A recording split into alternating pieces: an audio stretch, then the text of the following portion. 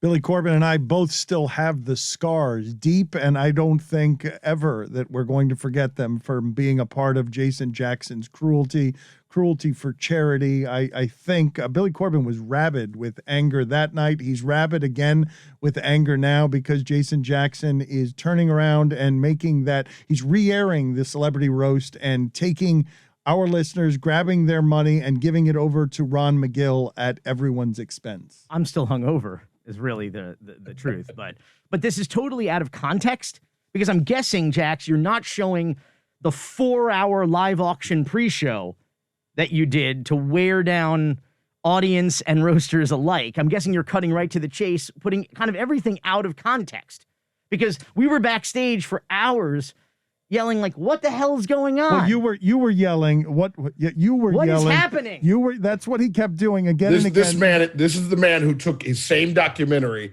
and made us watch it again over 6 hours in several different iterations. That was consensual. You relax. That was consensual. You relax. We got held down. I fed you. I made you a drunkard. You were awesome. By far the greatest He was great. roaster of the night. You have the audacity to come on here and say that I didn't give you a top 7 moment in your life. It was top 7 hours that we were standing backstage drinking at this open bar wondering when the hell are we going to go on and do this roast already. That kept you liquored up. You had first of all, we're in a casino where you have no concept of what time it is. No windows. I did that too. No windows. No, we cut it down very tight, 1:16. I thought the funniest thing of the night, and Corbin was great, and after 4 hours of people trying at comedy, I believe the funniest thing is me at my own roast being played off the stage. Yeah. Spoiler alert. Spoiler alert by the band when I was just getting to the 6 minutes of like the end of the fireworks show, the stuff that we were really going to bring the house down with. I was played off the stage, and then the nightclub was turned over, and we realized in minutes, and it's because Jason Jackson and this CEO of Sheets and Giggles, Sheets and Giggles, my sworn enemy that you were calling the comedy kamikaze. You were. Oh yeah.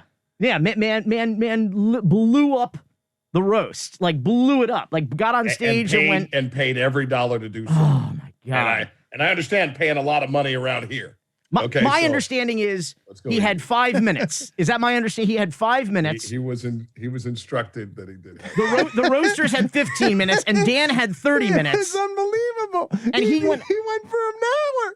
He did an hour of. How long was he up there with his 5 minutes? Context 23 minutes. We did time it. He was up for 23 minutes. I will tell you that is the longest 23 minutes of my life. Billy Corbin was told you got to keep it inside of 15 minutes. I didn't. Billy, did you not get the awesome eucalyptus sheets? Aren't you? I didn't get any sheets. They're good sheets. Yeah, well, that somebody got a little 5-finger discount on your sheets. I didn't get any sheets. You're supposed to get sheets. Maybe I'd be a little less bitter if I had the eucalyptus sheets. They are good sheets, yes. I mean, I think we can get him some sheets. The backdrop really is, we were in a nightclub that needed to become a nightclub, and we had a hard out at 11.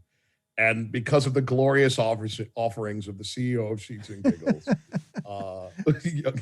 young Colin McIntosh, one of the great Macintoshes, I believe, behind the computer in the Apple. The actual Apple. What does that mean? One of the great Macintoshes. Behind the laptop and the actual Apple. Yes. Second only to Granny Smith. What are you? Who continues to support all the efforts of Jack's Fan Foundation. So if the listeners can just understand what Jax just said, there was like 2 hours of that before we got on stage of just that nonsense. Of just Billy, nonsense. It was literally like 40 minutes. It was not 40 minutes. It was not 40 minutes. It was 4 hours. He was wandering around backstage. The point of it, Jason, this is a lack of gratitude for something you're trying to make so that people can get some altruism and some charity, and all we're doing is berating you. But Billy was the entire time backstage throwing his hands up in the air and yelling again and again, what is happening? What is it? And then Billy got to do his whole set. I wrote some jokes about Jason. But that was actually the highlight, is that I got to write more jokes about Jason backstage. You were harsh, and it was irresponsible. Oh, sure. So now just Do show that- it to that everybody. harmful to I to my thought we were character just- and my body shape. There was a lot of body shaming. There was so much body shaming for the both of us. But what do people need to know, Jason Jackson? You've done a nice thing. This is a kind thing to raise money in the name of cruelty. And here you're repurposing it so that Ron McGill, all of this goes to the foundation. Yeah. So what are we doing tonight? What is the thing that you're putting together tonight? Yeah, the wonderful thing that we're going to do is something that frightens me, quite honestly. I've never done this before. Is we're going to get together on a Zoom. Folks just go to Eventbrite and they can search you or search me. The or go episode into- description will tell them where it is that they can You'll go. let them know. Awesome. And they buy their ticket. They'll get their link. They'll come in. They'll sit down. And according to Billy, it'll be awesome, awesomer, if you will, more awesome than the actual night, because it's just an hour and 15 minutes of the actual jokes from Ron to Billy to Gene to you. It's you guys are fantastic. I thought Ron was hilarious. And a little bit about behind the scenes info that Jax doesn't even know is that backstage, Ron was looking at all of us, Gene and Dan and I, wandering around, not stressing, but like. No, he was terrified. He was trembling. He was trembling. Well, We all had notes. we were That's what buried. freaked him Yeah, out. buried in our notes and taking notes and rewriting shit and going over our scripts. And Ron's like, "You guys have scripts? You guys wrote stuff?" And we're like, "Have you ever seen a roast before?" And Ron goes, "No, He didn't I've know never what seen he a didn't roast." know what a roast was. Yeah, so Jax, you're hearing that for the first time. He was I had no trembling idea. because he got scared because he saw that me and Billy had because writing And Gene, Gene's a pro. writing funny is hard. And yes, excuse me, Gene, a comedian, writing funny is hard, and all three of us were looking again and again at our notes, and he hadn't prepared at all for the test, so he had to wing the whole thing. The Yeah, great thing is, it was one of the great wedding toasts of all it was. time. It was not a That's roast. exactly It was a what it toast. was. It was a A toast, wedding not toast a roast. with a really awesome video that I can't wait for everybody to see. That's all I'm going to say. But he was A hilarious. great video of Dan expressing his love. But he was for Ron hilarious. and his wife. Yeah. Ron McGill was hilarious, and it's a worthwhile cause, and everybody should give their money to it. Yeah, tune in. We're going to roll it. Dan is kind enough to hang out a little bit after and do a little Q&A with us. We might have some surprises for him in that tight 29 and a half minutes after we roll it. Oh, can I make a request? Please. Can Dan do at least some of the rest of his roast that he didn't get? He doesn't have to do the whole, I don't know, 9-10 minutes, whatever it was, but like, can he do some of the highlights? I gotta find it. Some of it was based on your hair and was visual, right? Because Oh, we had it a was whole really montage. There was Oh. a killer I line there. still have those. I can bring them up. There in was the a Zoom. killer line there. It was a picture of Billy and Roger Ebert, and there was a killer line in there where you were From Sundance in like 01? Yes, well, yes, and yes, and I just got to find all the notes because this I don't know what it was for you, Billy, but this I was surprised that you volunteered or you accepted the offer to do it because it's work. You're very busy, and the writing of jokes is hard. So hard. It's so hard. It's stressful. I mean, you saw Ron melt down when he realized that we had actually prepared for this, and it was stressful. I put in a lot of a lot of work for weeks, and for weeks there was so much material that hit the cutting room floor. I'd like to hear the jokes you were going to make that Adam McKay wrote for you because I cut most of those at the end because I was getting played off. he had a comedy writer for a generation he summoned to weaponize, and he cut the material. Well, I saved them for the end because they were so good. That's how good Billy Corbin's material was that he rejected most of Adam McKay's writing. I ran out of time. Unlike Dan, who just, evacuated the facility, Billy hung out the next day, came by the Jack's Banna, as we like to call It was it. fabulous. And I said to him, maybe one of the great compliments of all the roasts, he was a Tommy gun of comedy. Yeah, he was great. That man just rat-a-tat-tatted the whole room, dropped his little Tommy gun, and walked the bleep off. Yeah. It was phenomenal. Well, he got played off, but it was phenomenal. All right, Jax, thank you. One more time, the people, if they want to get it, it's fairly easy. And 100% of the proceeds, you're doing this as a gift. Every cent, particularly on this fantastic Wednesday rebroadcast. We call it the LeBatard remix of the Jack Celebrity Roast Volume 4 featuring Dan LeBatard. Everything's available in any of my platforms inside the profile. You can search it on Eventbrite. We'll see everybody on the Zoom. and it's going to be a blast, and you better not bring your kids. And let me just say, anyone who missed it, you got to be there. Jax throws one hell of a party. So in the future, if you have an opportunity to buy a ticket and be at one of the Jax roasts, just do it. The link Just have nothing to do later. The link is in the description. Thanks, Jax, for doing all of it. And again, all the money, that's a tax-deductible donation as well, correct? That all the money goes to just Ron McGill helping the animals. Jax, thank you for what you do. Thank you for spending this time with us, buddy. All of you here, except for Roy, stay black. He already is. Thank you, buddy. I do not know where Billy Corbin and Mike Ryan are right now in the conversation or the argument about the billionaire Ruiz that is not Mike Ryan Ruiz. I don't know if we're believing what it is. El Senor Billionaire Booster is selling beyond Coral Gables Stadium. He wants very badly, Billy, to be an influencer at the press conferences. He's shaking hands. It's rare for a lawyer to want this kind of attention with billionaire money. You are skeptical, and I don't think Mike Ryan is as skeptical as you are. Okay. That is Billy Corbin at his eloquent best there. Good job, Billy. I appreciate you not taking the bait. See, even Billy knows, Dan, that this is someone you want to keep close for the good of the you. And it does nobody any good to just dismiss him because of, what the history of wealth is in this general region of the world. Let's just hear the man out, have some big, bold ideas, and go from there. He's trying to help, Dan. Miami lawyers, though, who are real keen on attention, tend to have a very dubious track record. Well, this is a tech billionaire, so... I'm sorry, what? Yeah, well, slated to be a tech billionaire. In what tech? What tech is that? Well, it taps into his law background, but... What tech? He coded something? He created an app? Yeah, there's an algorithm business? that, seizes on what some might label as bad payouts from the government. You sound like Francis Suarez right now. No, I didn't say bro, and I didn't say bro once. Talking about things that you have no idea that someone just said in your ear, and now you're saying it out loud. Just trying to keep it digestible for you and Dan and the audience. Yeah, keeping it simple. Very in the simple billionaire. I want to stuff. get in the weeds here, but let's get in the weeds. Look, John Ruiz and the Ruiz family. This is a great American tale of someone making the most of themselves in this country. This isn't a generational wealth situation here. This is someone that rolled up their sleeves and got things done, and they plan on doing that with the University of Miami, and I plan on being there helping potentially guide through influence. I respect his I appreciate his generosity and the spirit of his generosity, the idea that he's been able to get success and make something of himself in this country and wants to share that wealth with well said, Billy. Thank you. I appreciate that a great deal.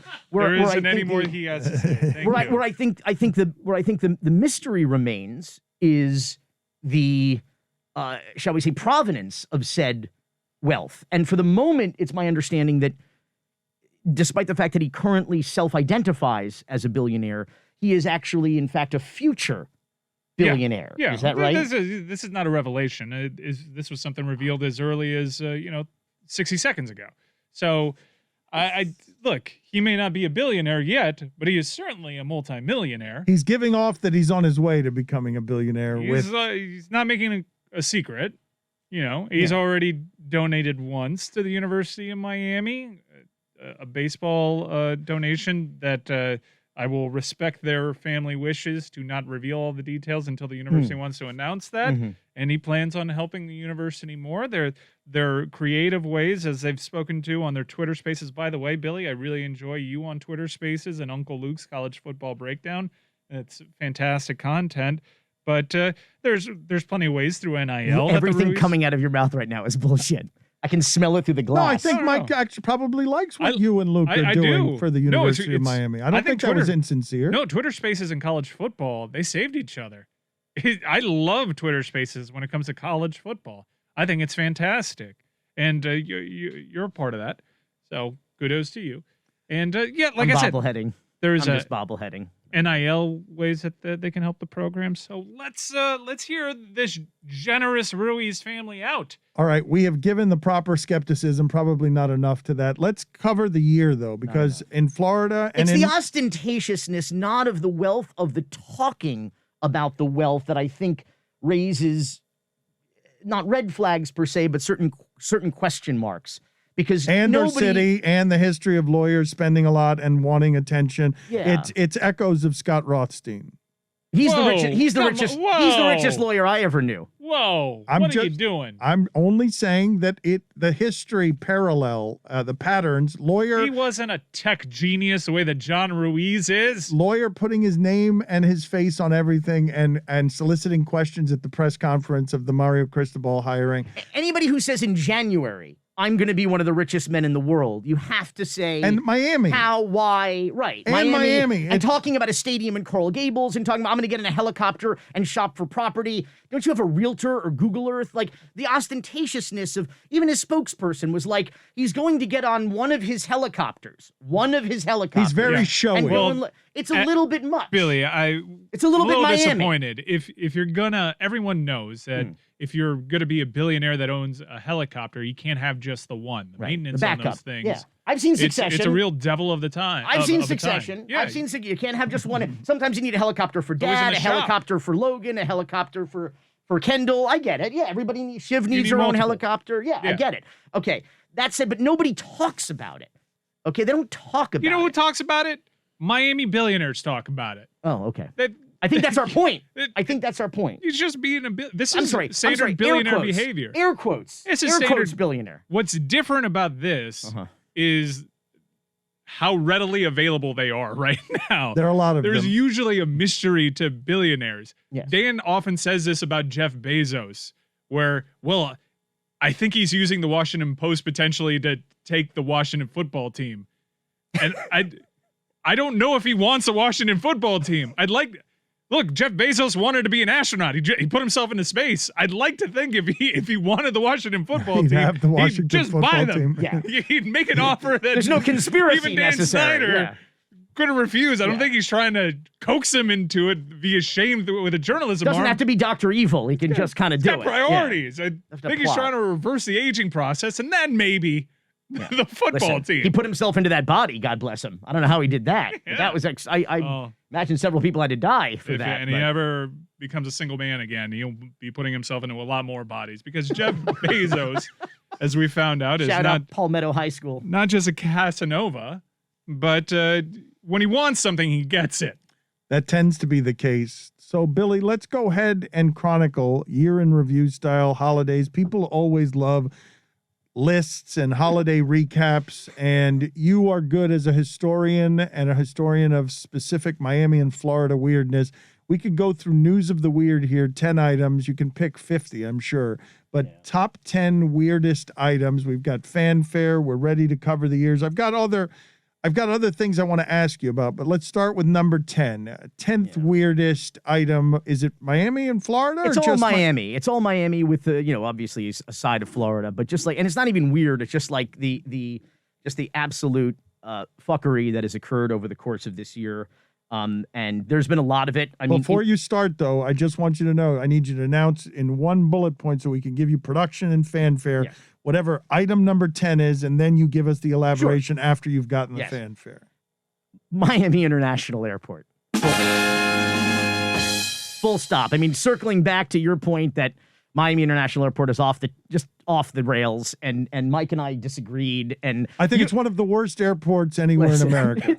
It's turned into like just a full-fledged fight club at this point. As recently as this week, viral videos coming out of just melees among passengers, It's so police weird. officers. Why is it happening here more than any other airport? Honestly, I don't know. It's frustrating. It's a big airport, a lot of flights, a lot of international flights, a lot of cancellations, a lot of delays. Those folks at that gate H8, who first of all were on an airline called Air Century, which I was today years old that I knew Air Century existed, which is apparently the Spirit Airlines of the Dominican Republic.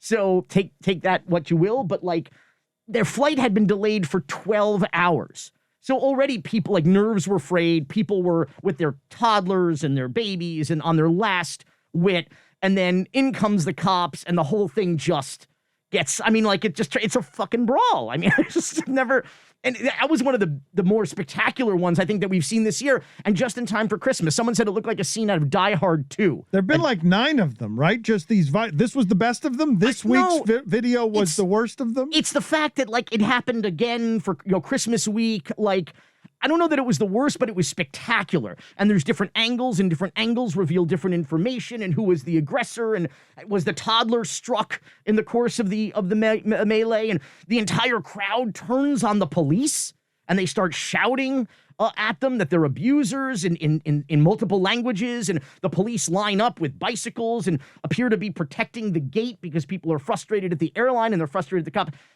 It was just Maximum over the top. Miami Airport. Yeah. And Billy, you're forgetting the Slater scoop of Miami-Dade police stationing their rapid deployment force inside of terminals at MIA now. Great work, by the way. Great work. And the A form, I got the arrest form. It's off the chain. Some guy bit an officer on the head and then proclaimed that he's on medication for I don't want to reveal his medical health, but a very dangerous and communicable disease for which, I mean, the arrest form alone reads like a WWE script. It's insane. What was the best of it? Do you want to cover the best of just the arrest report that you, I want to get to all 10 items here. We're starting strong at number 10. Yeah. Well, I mean, like we had a whole segment about the airport now, and we were dismissive. We're like, no, there's worse airports, but like Miami continues to prove you time guys and again. all yelled at me. Yeah. It's not even the worst airport in South Florida. It's not even the worst airport in the state of Florida either. Maybe Orlando.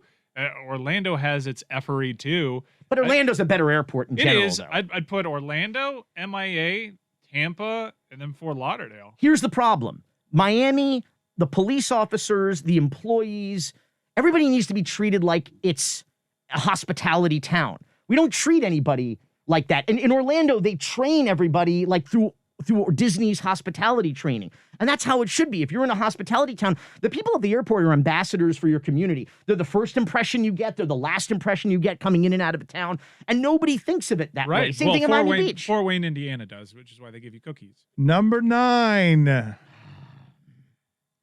Number 9, I'm going to say the city of Miami Beach, full stop.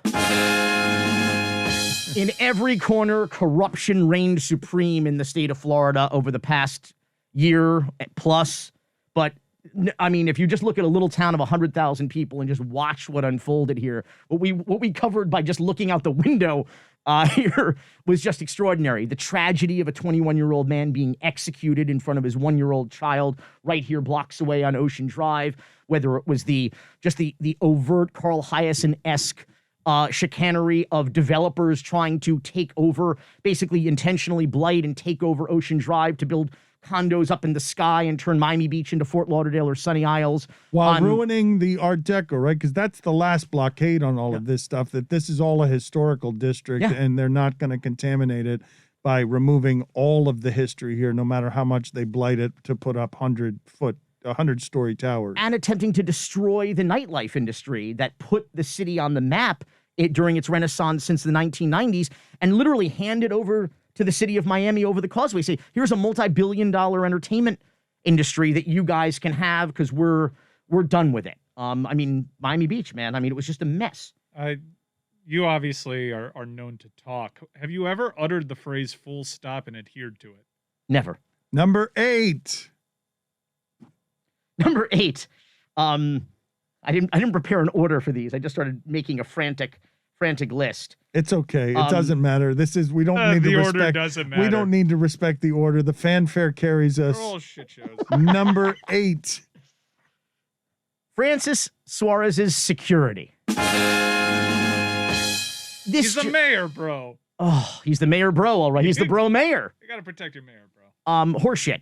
I think this story is just exemplary of the absolute of Mayor Ponzi Postalita's just full and utter imaginary coin salesman, hair slicked back with snake oil.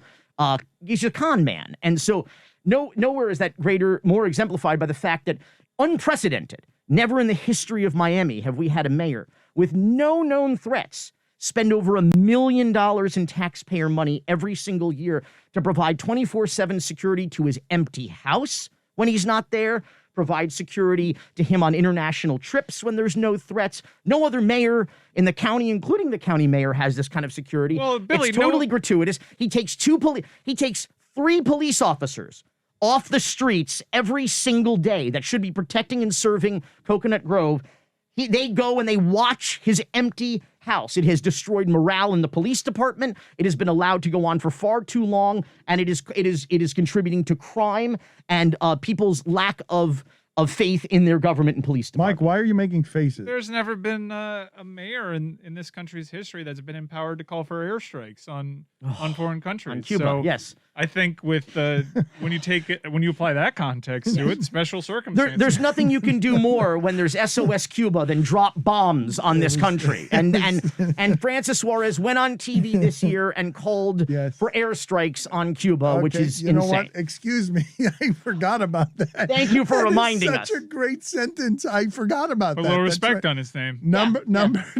I will not. I cannot. It's becoming a running joke. Every time I get into any sort of influential circle with donors and everything, everyone has a "I've met Francis and I like Francis" story, and that's what he's a mover and shaker. People like Francis. People like people who are full of shit. People like glad-handers. People like conmen. What does con stand? What is con short for? Confidence. You're a confidence man. You gain people's confidence and trust, and then you shake them down and you rob them. And that's what we do in this town. That's what we do in this town as an industry. It's one of our. Like 'em. Number 7. Well, hang on. Are we going to finish this? Are we going to button this up here? But the bottom line is that yes, people he gains people's confidence and then he steals their money. I just know I know Francis. I like him. The reason why people like him is because not that he says exactly. What are you arguing What you with, want- Billy? Like you're You think how serious? You're so You're easy very- to troll. I know. I want to get all these points out. Really, this is just He's harmless. this He's is- doing his best. this He's trying is- to put Miami back on the map. Bitcoin, baby. This is just a way for me to Airstrikes. Come on, man. This is a way for me to get this all out. This is just Go ahead, Detail. finish. No, Go ahead and finish. The bottom line is that people. It's the reason why he has captured the imagination of the crypto bros, because people don't want somebody who is going to tell them what they want to hear. They want somebody who's going to say what they want him to say if the price is right, and that's why. I mean, that's what you're doing for the Ruiz family, and that's what Francis does No, for the people who erroneous. pay his. Francis has 3 private sector jobs, and we pay $1 million a year for his security. It doesn't make. Hardworking man, and you're holding that against him. That's exactly our imaginary coin salesman. Number 7. Jesus, roll me at number 7. Number I'm 7. running out of things already. And a couple full stops. You're out of things already? No, Biscayne Bay pollution nightmare. Oh, this is the manatee thing is making me so sad. Just these starving manatees, and oh my God, go ahead. But that's just the start of it. Yeah, it's mostly as a result of the construction. Just these massive construction projects occurring on the bay, some of which is being done by the FDOT, by the way. It's the state of Florida that is actually polluting a great deal of our bay. It's destroying swimming, it's destroying boating, it's destroying habitats for protected species. It's infuriating. It's it really infuriating. is. And they don't do a damn thing about it. You see people have been taking video from their condos and on drones of these pools. You can just see where the water, the shit in the sediment is just spreading from these construction sites into the water. And that kind of dovetails with number 6, which is well, certainly should be higher, but the tragedy of the Champlain South Towers is dovetailing with this construction, because what we're seeing is this waterfront construction on decaying, particularly in the city of Miami,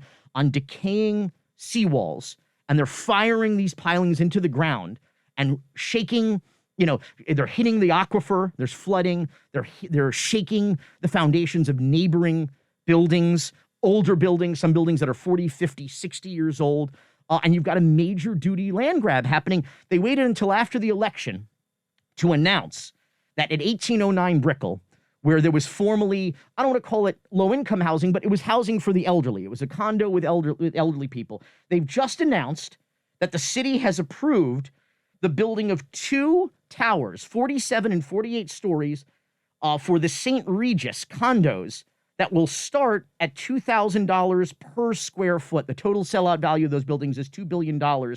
354 residences between the two towers. And right there and they're gonna, I know they're gonna take over the property to the south, and they're gonna start rattling the foundation and creating seismic events right there on the bay. And these buildings, brand new buildings, they have a building next door that just had just south that had its 40-year recertification that it's going through. None of these buildings are long for this world. They're all going to eventually be artificial reefs. And I don't think that the government and the architects of some of these and the developers of some of these are behaving in the most responsible way, as we saw with Una Residences. So that kind of compiles my six as well. Well, tell people, I mean, the Una Residences, for those of you who do not know, you basically have just completed structures that are flooding already at the slightest rains, where the elevators that are brand new are filling with water and the garages are filling with water. And that's not in the event of a cataclysmic event. It's just a rain. Not and even. They've been built wrong. Like in King Tides, it's sunny day flooding. It's sunny day flooding. I mean, there doesn't have to be a drizzle. And in fact, now what I'm seeing is in some of these first floor parking lots, not even underground parking lots like they're trying to build in Una. It's just so dangerous, Billy, that I don't even understand, even by the corruption standards and the malfeasance standards of this city, I don't understand how something that irresponsible can be possible with the way the climate and the world is changing, to build something that has no chance from the very start based on just the water that surrounds us and the changing tides that threaten to engulf us. It's a gamble. Corruption's a gamble. It's a gamble that you're going to take the money now, they're going to build these buildings later, and even later than that, they're going to fall or they're going to flood. Meaning, by the time that happens, you're kind of off on your private island, living off of your ill-gotten gains and your corruption. And, who's responsible for the Champlain South Towers collapse? Those people are long gone. That government is long gone. Those developers are long gone. Those construction contractors are long gone, except for the possibility that the development to the south is now being accused of creating these seismic events that further damage the southern wall of the building that led to its collapse. So, which is what's happening every single day in the city of Miami along the bay. We don't have the infrastructure for all this. Before we get to number 5, you had a Twitter beef back and forth with some of these tech people who are talking about, does Miami have the infrastructure for this? It's absurd to think that Miami has the infrastructure for any of the growth that it's taking on right now. Yeah, we're in a peninsula. We have a finite amount of, and a peninsula that is home to one of the most extraordinary and rare natural environments in the world, the Everglades. And so within that peninsula, we have a finite amount of finite space within that peninsula. And we have a finite amount of fresh water. And these developers keep, breaching the aquifer. We have a finite amount of land that is sufficiently safe to develop on, as we keep learning the hard way. And we don't have the education, we don't have the schools to feed these tech facilities, which doesn't even matter because they're not actually hiring anybody locally anyway. Everybody's kind of working remotely. And really what this just is, as we know, is a real estate hustle so that rich people can buy second, third, fourth, fifth, and sixth homes, luxury condos and houses on the water. And as long as there's a market for that, then there will forever be that tax haven, that money laundering hub, and that sixth borough of New York. The problem is that when they knock down buildings like this 1809 Brickell that have housed elderly people here, and not affordable housing per se, but like I said, low-income housing on the water, they're building the kind of luxury condos that we don't need. That's not the housing crisis that anyone is talking about right now. No one's saying, oh shit, where are the millionaires and billionaires going to go?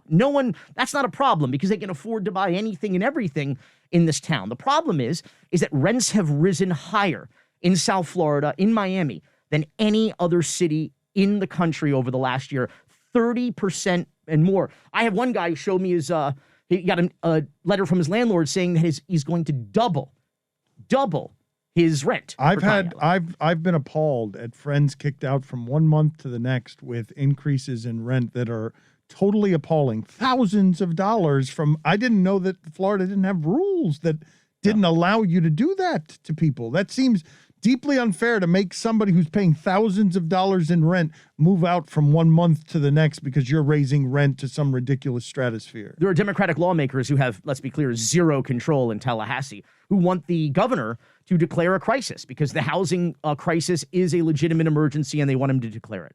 Number 5. Adios mio. I'm going to say number 5. I liked Mike's production there of not hitting the fanfare on Champlain Towers. I Well, can't believe that Champlain Towers is number 6. How weird does your year have to be for towers falling down being it was my number 1. The thing is, we were already talking about an affiliated issue. Not to mention, I didn't want to end number 1 on an absolute tragedy of 98 people. Understood. Perishing. Good work. We could have talked this all out beforehand. You could have put together a list that had some of this and some structure. But we're going to keep it moving, and we're going to go to number 5. And it doesn't matter if your list has integrity. It's just this is a super, super weird place and a super, super weird year. Is Tuanon on there? What is it? Tuanon. No, Oh, you missed out. clearly. That would have been a good number somewhere in there. News of the weird. The people who Plaguing the city. zealously protect the young, fragile quarterback of the Who we Miami all Dolphins. love and admire. Yes, like and a believe son. to be a great role model. Yes, and will be a future Hall of Famer. Hopefully for he sure. runs for office. Yes, greatest passer ever. Number 5. I kind of already did it. It was King Tides. All right. Yes. There it is. Yeah. King tides are terrifying. Sunny day flooding.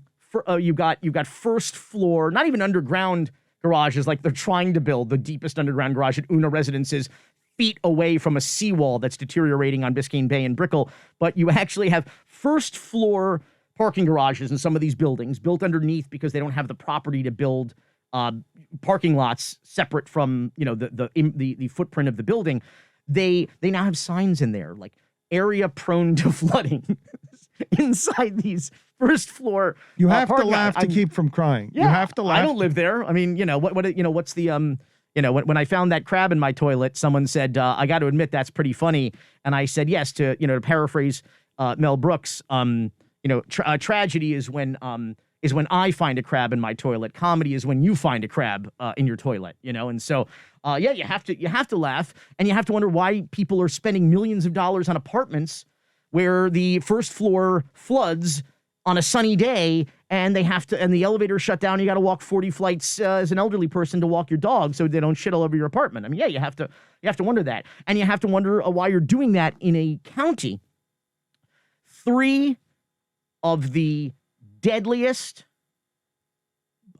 structural collapses in the last 10 years in the United States have happened in Miami-Dade County.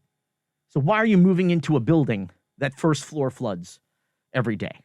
So one has to ask them. No fanfare necessary. Can you explain to King Tides to people? Because I get scared, and this is even before I got the recent fear that plagues me always about the climate change that is going on and the catastrophic weather events that we're having. But I get scared all the time about how high the water is around here during King Tides. Like, that just makes it clear that we are going to flood very badly here one day if bad weather event comes here. Yeah, and then there's this. Have you heard about the Doomsday Glacier? Yes. In Antarctica? Yes. And I love that they describe it so in vivid terms. There's a glacier with the size of Florida. They specifically say that it's the size of Florida, which is particularly appropriate, that is going to collapse. And that one event in and of itself, that melting and collapse of the glacier, could raise coastal sea level rise by 2 feet. You go out there right now and you tell me that we can withstand a sea level rise increase. No, like and that at 2 scientists feet. are afraid that might happen in the next 5 years. Yeah. Bunch of airplanes and helicopters. For who? You're going to get on With a Ruiz. bunch of hooks. Y'all put the hooks inside that glacier once it falls down, and you plop it right back on top of the South Pole. That's why Bing, he's bam, sucking up. boom, we're all good. That's why he's sucking up. He wants access to the helicopters. Number 4, the rescue helicopters. He wants access to the helicopters. Solving You could solve it all with helicopters. solving global warming is just it's almost too easy. Number 4. I'm just going to say the greatest disappointment of the year, Miami-Dade County Mayor Daniela Levine Cava. is not. Wow. You voted for her. I not you only told voted, me to vote for her. By the way, I stand by that. Our job in a democracy is to pick the best candidate in a race, which, by the way, even now, in hindsight, she was the best candidate in that race. But what our job is after that, our responsibility is to hold them accountable. It's not a cult. We don't just say, I supported this person, and now whatever he or she does, I'm going to get behind. Obviously not. She blew it right out of the gate by hiring Jimmy Morales as her COO, and it was kind of all downhill from there. And as we've seen most recently, I'll skip a bunch of what happened the rest of the year, where she has disappointed the people who put her in office. Not just me. I'm talking about the people who voted for her, everyone.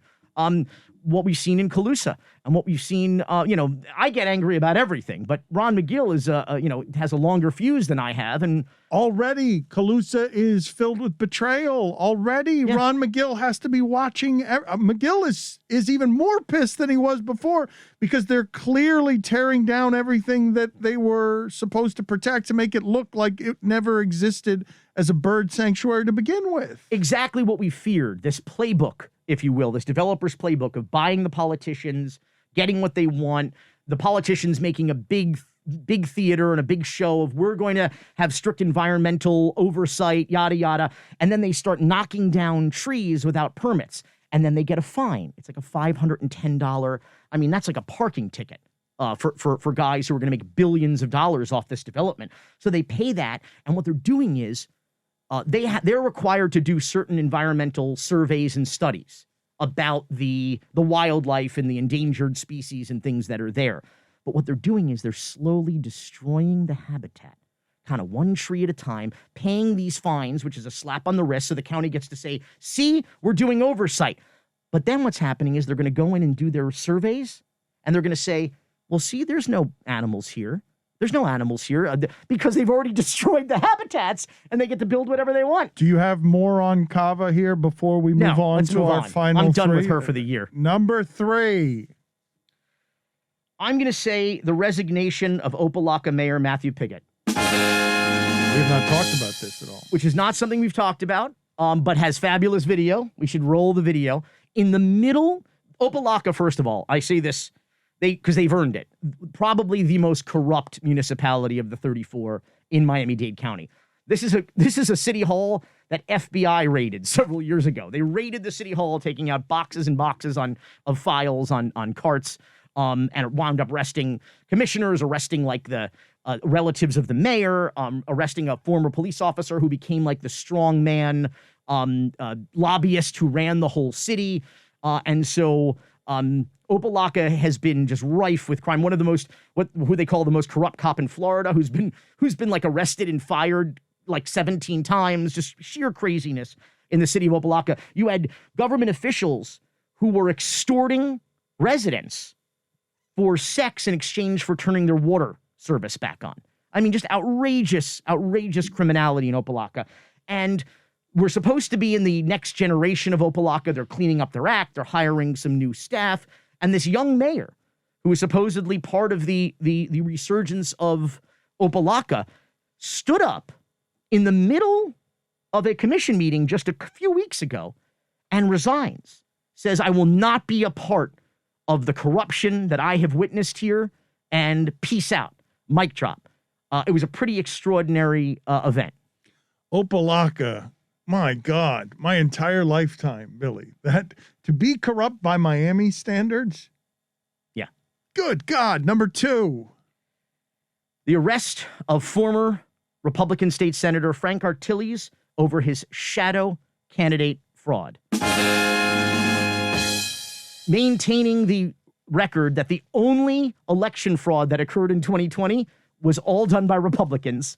It's just the truth. Whether you have the 3 residents of the villages in Florida who were arrested for trying to vote for Trump twice, whether you have these shadow candidates, it's this whole Republican operation of dark money that Florida Power and Light was actually fueling, pun intended, through multi-millions of dollars in donations to keep the Florida Senate Republican, because the FP&L can literally have their lobbyists write a bill, hand it to a Republican, give them $10,000, and they will just file the bill as it was written by FP&L. So they needed to maintain this this grip on power, and in order, pun intended again, and in order to do that, they would do what they call shadow candidates. These are people who have nothing to do with politics, who are being paid by Republican operatives to put their name on the ballot as a non-party affiliated, an NPA candidate, to siphon votes away from the Democrat. How do they do that? Two ways. First, they send out, even though they don't do any interviews, these candidates, they disappear. They don't do any interviews. They don't do any debates or discussions. They simply send out mailers that are financed by these dark money operations, which are PACs and political committees who have anonymous donors and then donate shit to each other. Our laws in Florida just allow this. There's no laws for campaign finance in this state of Florida. You never find out where this money comes from. And then they finance these mailers that basically say that these NPA candidates are progressives. Their agenda is specifically kind of, just left of center to siphon votes away from Democrats. What they did in Miami was even more nefarious. Frank Artilles, who is this former Republican state senator who got involved in a scandal where he was hiring like Hooters models, like calendar models, to be his employees and travel with him.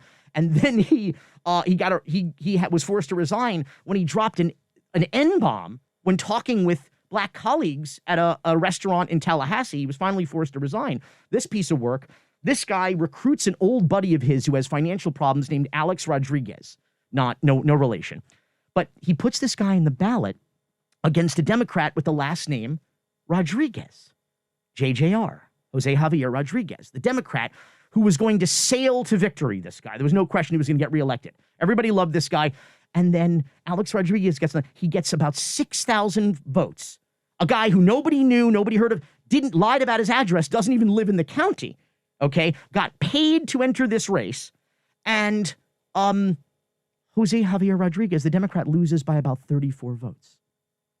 So there's no question, and they did the same shit last year in Orlando. It's brilliant. It is brilliant. I've got to salute them. It's brilliant. If you are intent on being awful and just winning by any means necessary, it's really smart. And they got arrested. Frank Artilles and Alex Rodriguez got arrested this year. Alex Rodriguez is going to cooperate. He admitted to the scheme. There's fabulous video of that. And Frank Artilles is not going to cooperate. He'll probably get convicted. He'll probably do some time. He'll keep his mouth shut. He won't roll on the people who were behind it. And he'll get out of jail. And guess what? The Republicans will put him right back into business. That's exactly right. Do it. Because Miami. That is a hell of a list you've put together, Billy. And now, finally, to close out the year, the number one thing, even though it's just random and you never put them in any actual order, the number one weirdest thing to happen in the weirdest year of the weirdest city in the weirdest state is... Grand opening, grand closing on Police Chief Art Acevedo. It's unbelievable. His 6-month tenure. That whole story. His 6-month tenure. Here to clean up corruption, finds it immediately, gets fired for finding it. From him being hired, as Francis Suarez said, as the so-called Michael Jordan or Tom Brady of police chiefs, through his trying to clean up the department that he was hired to clean up, to the Miami Mafia coming in, not liking that he was calling out the corruption in the city, firing him, and swearing in his replacement, the interim police chief, by playing the Godfather theme music during that, when because we're all calling them the Miami Mafia, and of course, that's what Chief Acevedo referred to them as and now still, it continues. Ball and Chain is being raided multiple times a week since they've been allowed to reopen. The big show of force, the police coming in, demanding paperwork that the city has had for months and months just to be able to shut them down. And nobody's doing a damn thing about it because the Miami Mafia has won and corruption reigns supreme here in Miami. Billy, thank you. We appreciate the good work over the last 6 months. I've enjoyed really doing this with you. That is a hell of a recap on the year. We will talk to you again at the beginning of next year. Go Canes. This weekend, did Erin Andrews convince anyone to get an Infinity? Because I feel like she was talking herself into that Infinity that she was driving. I didn't see this. I didn't see, was this a commercial or? Yeah, no one saw this commercial? No, I saw the Uber Eats one. She convinced me to get Uber Eats. Wait, she's in an Uber Eats commercial also? Yeah. She's asking all the Bucks players, like, hey, do you want this pommes frites with a steak? And I'm like, wait, what? Why are you on the sidelines getting that? Wait, hold on a second. She's not only in an Uber Eats commercial, but she's ordering food for the Bucks. I mean, she's eating it, and then the Bucks are coming up to her like, "Hey, can I have a piece?" And she's like, "No, get your own." So it's more like she's talking to him. What a great agent. I mean, I'm not critical of her being in a car commercial. It just seems like, I don't know. So what was the Infinity commercial? Tell us. It was for like an Infinity SUV, and she's just like, oh, hey, there's an Infinity here. You need to see it. I don't do it justice. But she seemed just kind of like, oh, this is a car. And look, this has a seat warmer, so I'm warm now. It seemed like she wasn't convinced that she liked the Infinity. Just one of those. You take the. I don't know. What do you think? What do you think the going rate is for Aaron Andrews for a day of a commercial shoot? Like $100,000? Gee, really? You think that much? Oh yeah. Yeah. Yeah, Dan, $100,000? You're an endorser. Yeah, maybe more. You think she got a free Infinity? Probably. Probably. I don't think she wants it. I need a new agent. Who's your agent now? $100,000 to just walk around in Infinity and tell us about it. I had never considered in my life what kind of car does Aaron Andrews drive. Well, now you know it's an Infinity for sure. We think. That's like LeBron when he was pretending to drive a Kia for a while, right? Wasn't it a Kia that LeBron was pretending to drive? Yeah, that was funny. He didn't pretend to drive it. He drove it to every home game. Oh, please get out of here. He did, Billy. They had a spot reserved for him that he would park like a Kia 900 or whatever it was called. Yeah, that he picked up like 2 blocks away at a parking lot, and then he drove the remaining 2 blocks there in the Kia.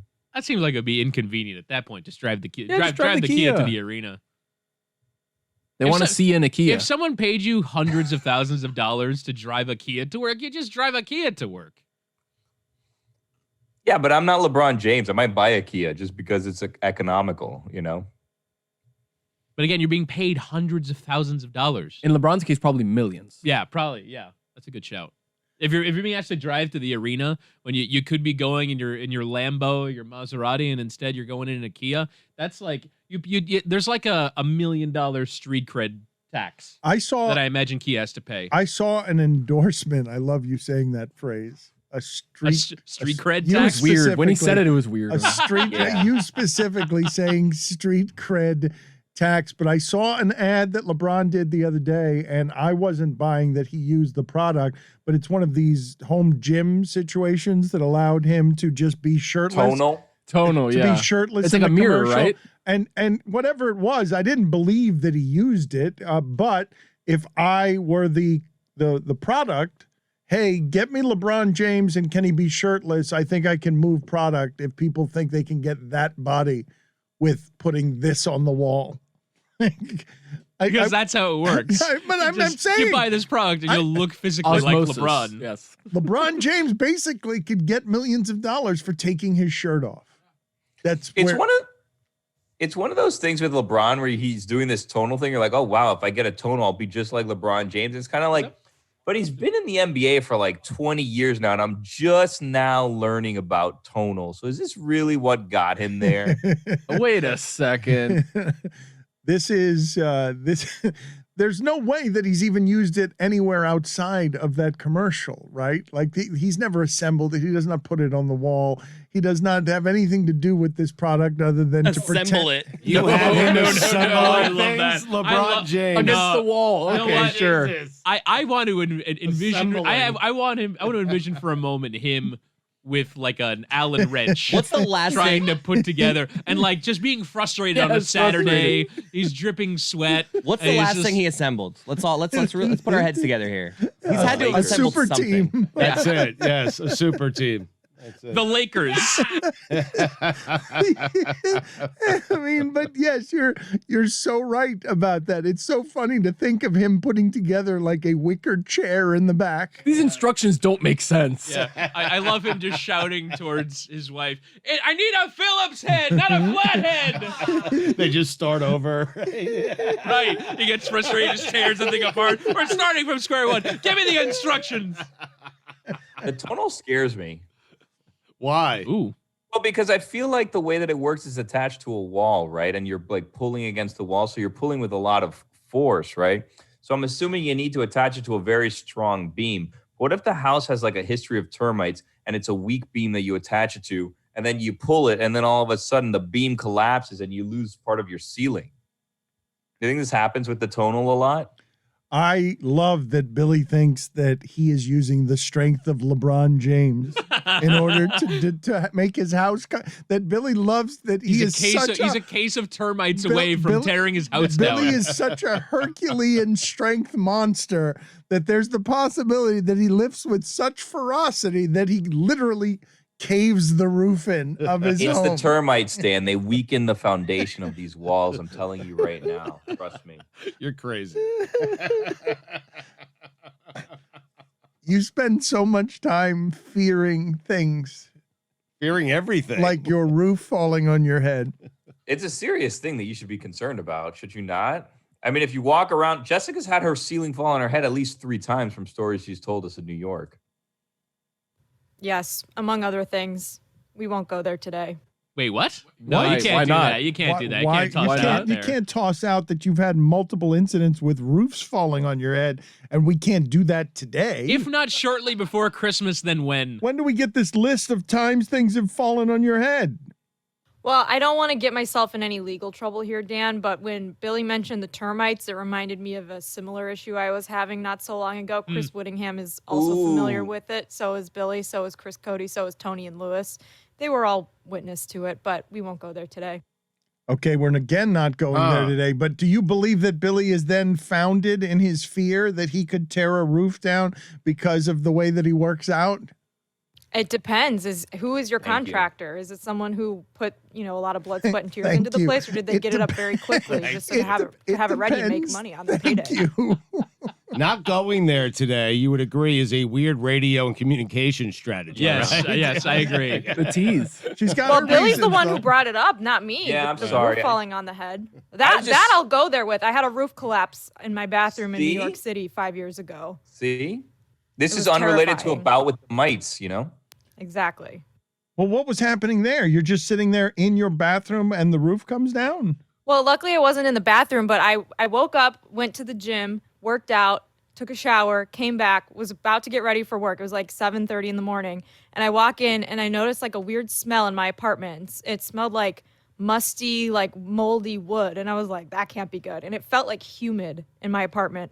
And I looked and I opened the door and there was like collapsed ceiling materials all over my bathroom, like wood in the toilet, shrapnel from the ceiling all over the shower. And I was like, oh my God, I almost didn't go to the gym this morning. I would have showered here and the ceiling would have collapsed on top of me. So naturally I almost, had a panic attack and I called my I called like the maintenance guy and I was like, hey, the ceiling collapsed. Can you come here and clean it up? This is like crazy. I've never seen anything like this. And so this 15 minutes later, the his maintenance person shows up with a broom and dustpan. And he's like, where's the mess? And I was like, buddy, you're going to need more than a broom and You're gonna need a dustpan bigger for boat. this. Guys, I told her she should have snuck back into that bathroom and just put a couple things on top of her when the guy got there and just lay there. That's what Stugotz would do. It is so good. That is I really why I regret told not her doing that. that. It would be called the Jessica Smetana apartment building if Stugotz was there.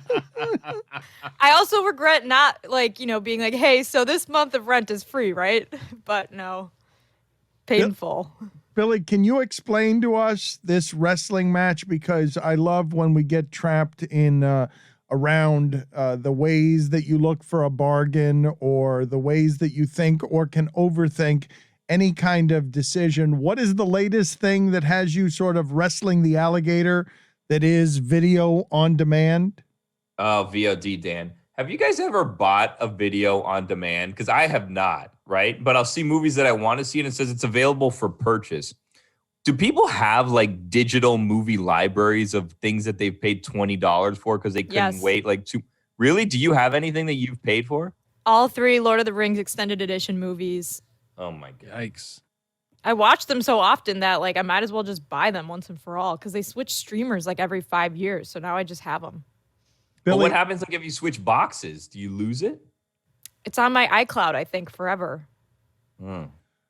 Billy, I'm trying to see James Bond, Dan. That's what you're getting to. I'm trying to see James Bond, the latest one, but I don't want to go to the theaters to see it. And it's only available for purchase still. And I don't know when I'm going to be able to rent it, but I don't want to pay more than $5.99, maybe $7.99 if I'm feeling a little crazy. But I'll be damned if I'm going to spend $19.99 to watch the next James Bond movie. And I'm glad that we're getting to this at this moment because I've avoided somehow. This show has this history of spoiling this James Bond movie for whatever reason. And I've somehow avoided it every single time. And I'm glad we're getting into it now and it's not going to be spoiled. But I need to know what's going on with this James Bond movie. And I will not be paying $19.99 for it. Well, Am I crazy? No, but this is why I'm glad that you brought this up, because I don't have a video library, but I do have a general impatience and a streak of rationalization that allows me, if I don't want to wait for something that I really want to see, to simply say, well, for $20, I'd have to go to the movie and pay more than that. And if you're just going to give me the movie and That's I can how have I do it, and yeah. I can have director's cuts and I can have explanations and I really like the movie, then I'll just keep your movie for $20. Like that's how I probably have 10 or 20 movies in a queue somewhere. Yeah, they're all either on your iCloud or mine are on my Amazon account because like I binged the first 3 seasons of The Good Place, made by our Metal Arc colleague Mike Schur, and I really wanted to see the final season, but like Billy's case, it was only available for purchase. So I own season 4 of The Good Place for like $29.99 because I couldn't wait. And so, yes, I have that permanently on my Amazon account, and I'll go back to it every once in a while. But I love Dan having like these 20 movies, and he has no idea where to find them. Yeah, how to where find are them, they? No, how to they're access them. in purchased. I know where they could. It just says purchased. It's not a library Purchase somewhere. tab. But I do wonder, like, why did I get Molly's Game? Like, what was that big hurry there? Like, what? This game's a good movie. Billy, Primo Mio has a website, and I can get you after free 99 James Bond. I already saw it. My I don't have to guy. leave anywhere. Yeah. Primo Mio, just letting you know. Billy, I haven't been able to get the barbershop DVDs in a while, man. This is HD 4K, all you everything. If Oh, you man. want the movie, though, Billy, the thing that's strange to me about what you're doing there is, in order to save $15, you are denying cheap. yourself something that you want to see for how many weeks? You don't even know when you're going to be able to see something that you want to see in order to save yourself $15. You'd be surprised at how often I go to check to see if I can just rent it yet. I've done it at least 6 times. I'm like, surely now I have to be able to rent it. I think this came out in the summer. I can rent it now, right? And it keeps saying, no, you got to buy it. I'm like, nah, I'll wait.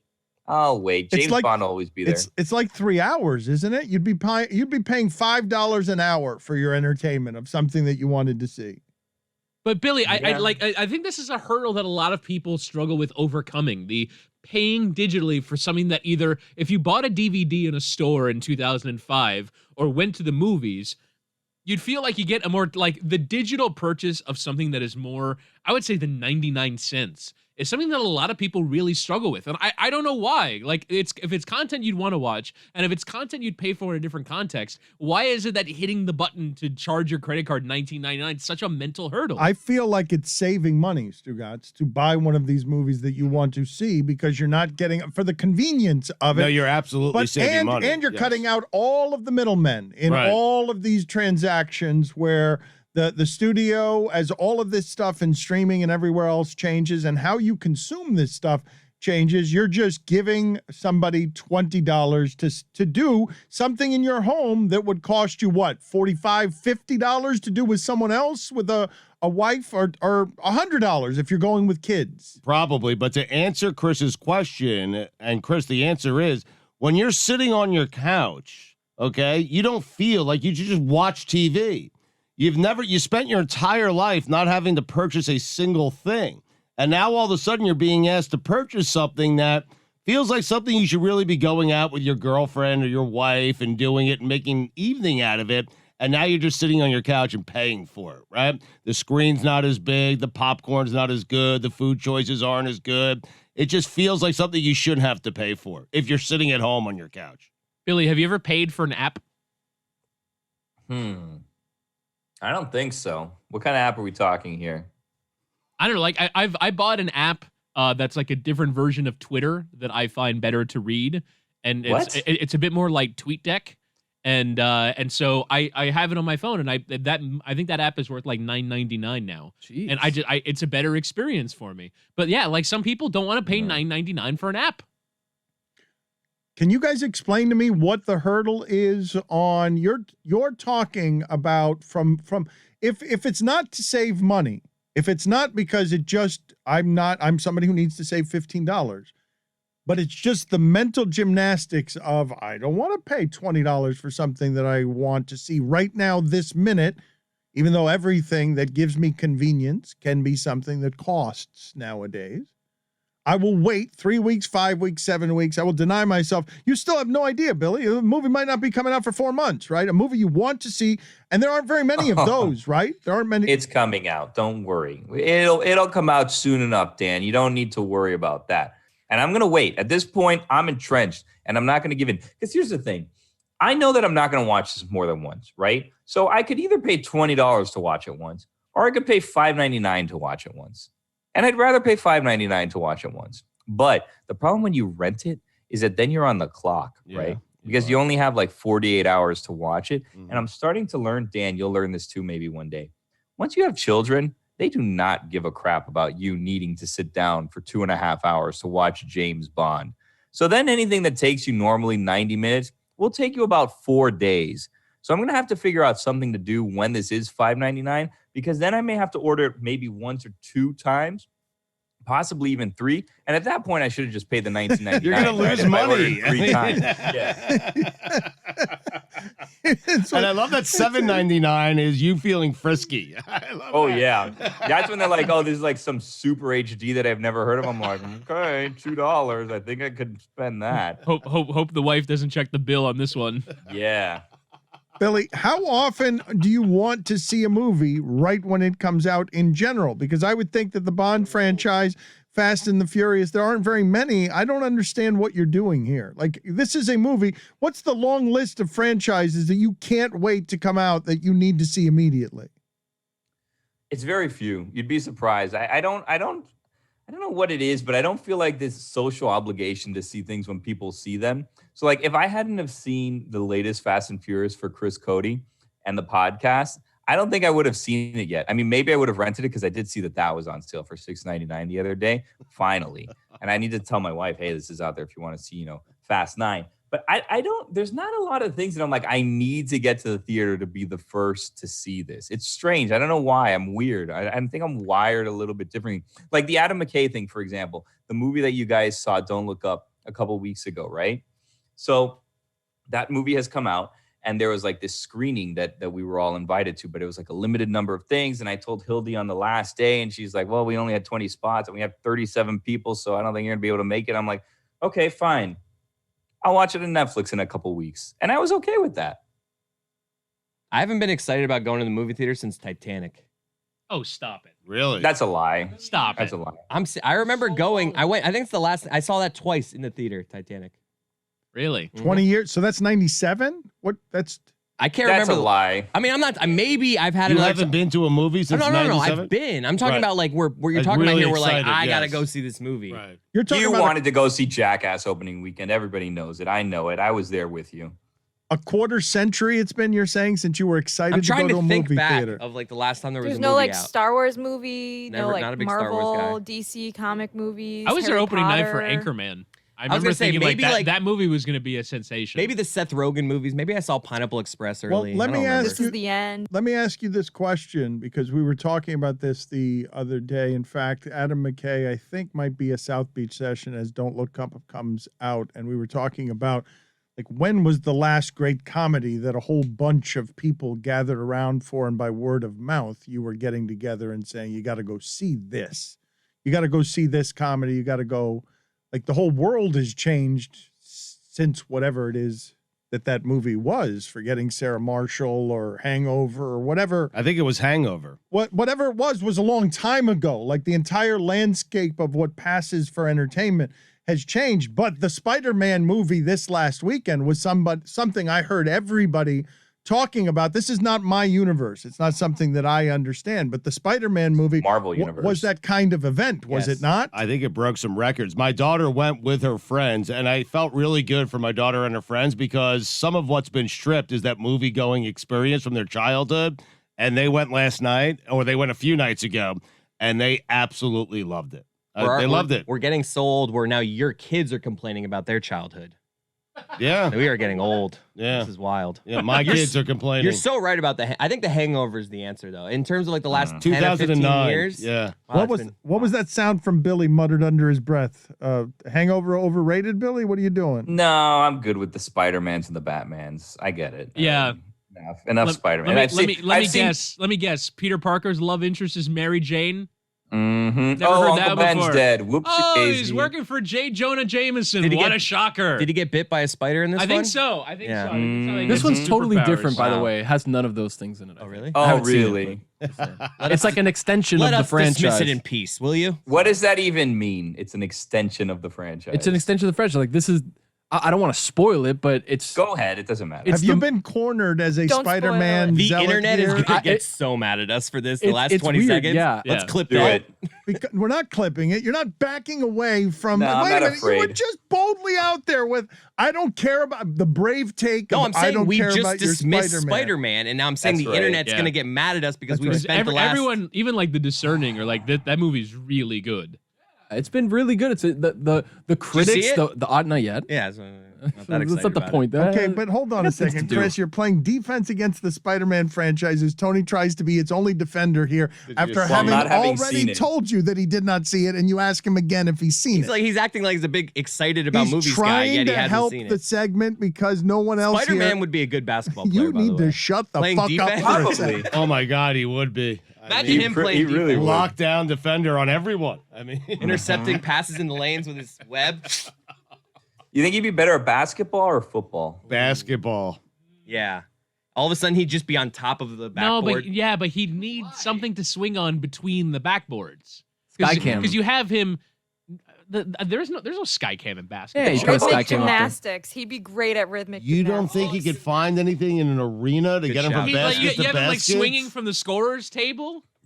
No, Like- the like- jumbotron above your head. If anything, Oh, football man, and that's open dangerous stadium's game. harder. I just love It's the a visual of dangerous him game. in that catcher stance on top of the backboard. Like, you know, where he's got Can his, you his recreate knees that bent. catcher stance? Yeah, he's like, this is the Right, like Spider-Man goaltending. stance. Yeah, Then- do it, Okay, yeah. but then- right. Oh, that's a Everyone's- good one. Spidey. Imagine him on but top of the backboard My like Spidey this. senses are Like an tingling. owl. What's he gonna do up there? And he has It's a the ball. gargoyle. No, he has the ball. Drink Everyone's it looking in. around. Drink it thinking in. they No, can't but find then you're everything. playing Yeah, 4 he's on 5 slamming on it in. offense. Yeah. Yeah, you don't want that. So there's these Like if- multiverses, right? And that's the thing. Like, there's a lot of multiverses enough that, with the that are verses. coming into Please, each other. the multiverse. I need And two then Enough versus of that top. shit. No, One dude, universe is There's a enough lot for of me, them, thank and then you there's very different. much. The different Spider-Mans are coming together. It's a whole thing. Yeah. Wait, there's multiple Spider-Man? Yeah, there's a lot of Spider-Mans because Really? they're different universes. They're the Spider-Man. multiverse.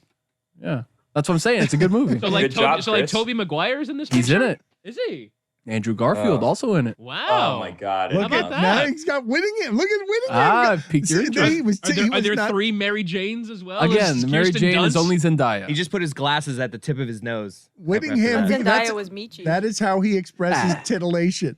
The way that Chris Whittingham expresses stimulation, arousal, any kind of Stop it. enthusiasm is to take Easy. his glasses and I love that face from Whittingham. and push the glasses to the tip of his nose. And now you've intrigued me with a feather across my fanny. Go on. It's the Bryant Gumbel. There are many Spider-Men. Go Multiple on. Spider-Mans, you say? Do tell. The multiverse. Well, the current Spider-Man, Tom Holland, I believe they had to shoot some scenes creatively because Zendaya, who plays Mary Jane, is taller than him. And so they had to like, and you know when they land together, like Spider-Man swoops and they're landing together, she was taller than him. And so they had to figure out creative God ways to shoot forbid, that. a woman's taller than a man. I know. Can we just let Spider-Man be a short king for once? Who cares? But I mean, Yeah. it would He's look, freaking Spider-Man. No one's questioning his like athletic ability. it would Just let look him be short. ridiculous. It would look ridiculous if a superhero was beaten to the landing by the love interest, wouldn't it? Why? Whoa. That's sexist. That is It's sexist. not Women are sexist. tall. Newsflash. It's okay if you date someone Mhm. shorter than you. It's not emasculating to be short. Yeah. Jessica, Lewis? just out of curiosity, I just need to know this because I felt like Pittsburgh Steelers, that your incredibly limited Pittsburgh Steelers character made an appearance there while also chewing lunch Pomegranate seeds, Dan. They're stuck in my teeth. vigorously. So you rained down your condescension on correctly on the sexist Thank you. Whittingham for not being masculine enough to be shorter than a woman and be okay. It's not about masculinity. It's about superhero. Oh, then what is it about? Superheroiness. Yeah. What's it about? Sexist. Let's analyze it's this. genderless So if Zendaya's taller than Peter Parker, Spider-Man, what does that say about Peter Parker and why? Analyze it for me. It's not about. It's first off, it's not about Peter Parker. This is about Spider-Man. A hero cannot be beaten to the landing by the civilian, regardless Wow. of gender. If the roles were reversed and Zendaya was the hero, she cannot land on the platform second to, is it Tom Holland? I'm now scared that I have his name wrong. Yes, Tom Holland. Okay, Tom Holland. Like That's what you're scared of in this? I think you should be I know referring I'm it on to- firm ground here. I know that my argument is got a salient base behind it. You're All I'm doing saying fine. is the hero cannot land second. It just can't. No, well, just can't. just by the end of this segment, you're going to have changed the entire franchise from your flailing into Spider Person, because Doesn't have the same ring though. it you does know? not quite fit the same way. But what I was going to say, Stugotz, is life imitating art. I'm not kidding you. As I guess it was Get Up I was looking at out of the corner of my eye. But coming up next was, are the 49ers a team nobody wants to see in the postseason? And that is Stugotz ahead of the curve. Yes. And the thing that made me laugh about it, and made me laugh in general about football coverage right now at this point in the season, this is a bit of a fool's errand, right? To talk about whether or not the Cowboys are serious contenders, where there's the possibility that all their wide receivers will be out in 3 weeks, or like some sort of lunacy is going to arrive. Like what in our zeal, football might get to the end of this, might get to February and be able to crown a Oh, champion. they will. And somehow get out of the pandemic seasons, plural, less affected than the other sports leagues. But man, your product's a bit contaminated. You'd agree, right? When this many people are hurt, what we're dealing with, and this many people are in the protocols and canceling games and everything else, you're really screwing with the results in a sport where the difference between 8-7 and 8-6 and 8-7 and 1 in one division is Right. just like flip a coin. Well, I mean, you are, but I think all the teams that most people expected to be near or at the top are still there, regardless of all of that. Like, it's the Packers, it's the Buccaneers, it's the Chiefs. Yes, the product is diluted. Yes, the NFL will make it through this season, and they're easing up on their testing, meaning if you're fully vaccinated, you don't have to test every single time that your nose is running. So they'll get this whole season in, but all the teams near the top, Dan, are the teams that were supposed to be there, right? It's the Packers, it's the Buccaneers, it's the Kansas City Chiefs, and 2 of those 3 teams are going to play for a Super Bowl. I find it very fruitless to argue about competitive advantages when we're trying to play professional football through a pandemic. And it felt that way last year with college football and the NFL, and now again with the second half of this season. It's like we're trying to do something that hasn't been done before. We don't know what's going to happen at the end of this month. There could be another variant in 6 months. Who knows? Like, there's just going to be some things that happen along the way, and that tonight or whatever night is going to be. Sorry, I forgot this is for Tuesday. Let me restart. Might that be for sentence. Wednesday. For Wednesday, probably. Or But it's Wednesday. okay. Just go. Just pick up. And that might be the Browns' third string quarterback starting in prime time because we don't have any other options. Man, I don't know how Spider-Man does it. My wrist hurts from pretending to be him. You've been making circular I motions. like sent I was like, when I was, remember I did tried the to send Dalvin the Cook, web out? I did Yeah. the Dalvin Cook thing. I tried to Yeah. get that, and I hurt my wrist doing it. I imagined you that because you guys were talking about the idea of basketball or football, I imagined that move was his web pinning the basketball to the backboard. which would make him a very good defender, Yes. right? But you injured yourself while doing you've injured yourself while just doing the movement of Yes. jutting out your That's right. your wrist. As these football players we talk about, just like they kill themselves and they're being taken off on stretchers and they're being immobilized and these are the healthy bodies. These are the ones that have made it to this point in the season so that they can be dragged off by stretcher as the cash machine continues every Saturday and Sunday to jingle. And Nance and Romo, man, God almighty, were they good on Sunday packaging holiday football for you. Tough-nosed Titans and Steelers. Holiday December football. America, this is what it's about. Romo and Nance on a Sunday, as all over the league, carcasses are being dragged off the field and taken into the injury tent to be shot up with God. What it's all about, God Dan. knows what, and now the winter months come. And the real attrition in Game of Thrones is the gladiators on their nubs and their elbows and their knees try to get to the finish line to tackle 44-year-old Tom Brady. Hovering above them, coming off of shutouts, never injured, soaring to great championship heights. When I saw the Carolina Panthers were auditioning kickers, I thought it was because their kicker got placed in the COVID protocol. I was like, well, that's not funny. I can't laugh at that. And then I read that he pulled his quad. I go, hilarious. I'm in. I can laugh at this now. And like the idea that like the quad is the acceptable part, the pulled quad is the acceptable part of laughing at teams being down to nothing is kind of ridiculous. Earlier this week, Chris Cody said that he saw someone, thought, man, I wish that was my brother-in-law. Jim Nance, very high on my list of people that I see, and I think, thank God that's not my father-in-law. Why, Billy? Wow. Are you kidding me, Bill? That sounds great. Final You show up every Fours, time. Augusta, the No. Super Bowl. New Vineyard He's Vines got a quarter golf zip course in waiting his for you. backyard. I mean, Oh, I have one of those quarter zips, Woody. Those things are legit. They Hello, are friends. soft. Yep. Feel like a dad when I wear it. You get like 12 quarter zips a year from father-in-law. You can like get on the putting green whenever you want. No. I feel like that backyard's really fun.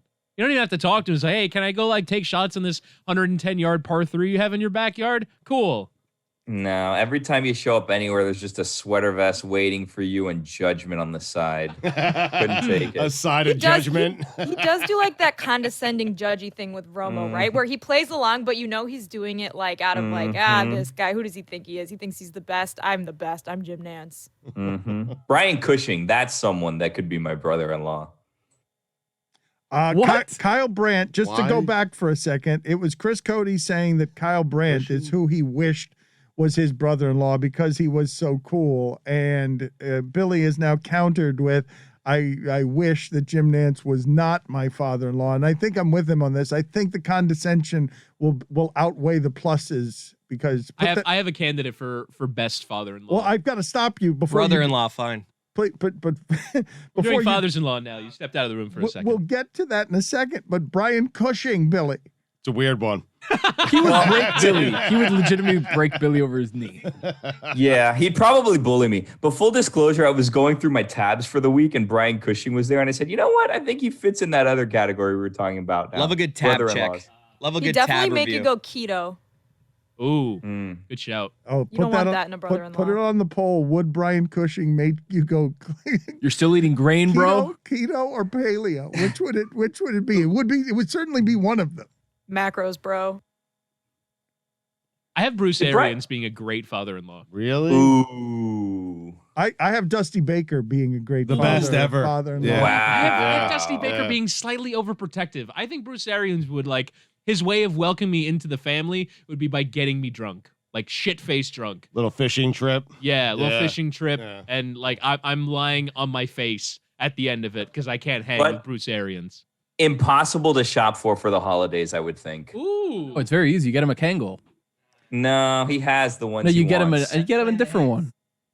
I've told you the story, Whittingham. Jerry Kuzman was my girlfriend's father, the old Mets Kuz. pitcher. And yes, Thank you, Bill. Still Beat me is. to it. I love telling the story. Yes, still is. Thank you, Chris. Of Greg the Bull Lazinski putting golf balls into my drunken, sleeping mouth on a desk. I'm on an office floor at like 1:00 in the afternoon because the two of them have buried me with the drinks. Is that the father-in-law that you want? Yeah, I think so. Where you wake up, you open a groggy eye, and Greg the Bull Lazinski is standing over you, and he's What a just putting a murderous row golf of ball. baseball name drops. It's great. But I want to know what you want. Like, what do you really imagine? Bruce Arians, when you're talking about it'll get you drunk. Now let's make it somebody who's an older person in sports that you think would be a great father-in-law to have, because it would just be nice. It wouldn't judge your marriage. It wouldn't think that you weren't son enough for his daughter or son as Spider Person. Jimmy Johnson. Ron Washington. Stan Van Gundy. Jimmy Johnson. Jimmy Johnson. No, Jimmy Dan. Johnson's a nightmare. Hold on. No, Late in nightmare. life. Hold on. Nightmare. Give me a sec, guys. Nightmare. Jimmy No Johnson, way. late in life. We're at the big chill. We're hanging out on the boat. He's relaxed a lot. But what you since the have old to do days. to get No, there, but you could get there at some point after Never. 2 years You of breaking never him down. could. But the first 2 Catching years are some him fish. staring a hole right through That's your fine. forehead. I can take it, baby. Tony, I'm telling His you, dick he is so much bigger than mine. Oh yeah, he has the biggest ever. I Wait, am telling you. whoa, what? What do you Tony? He mean? constantly let you know about it too. Jimmy.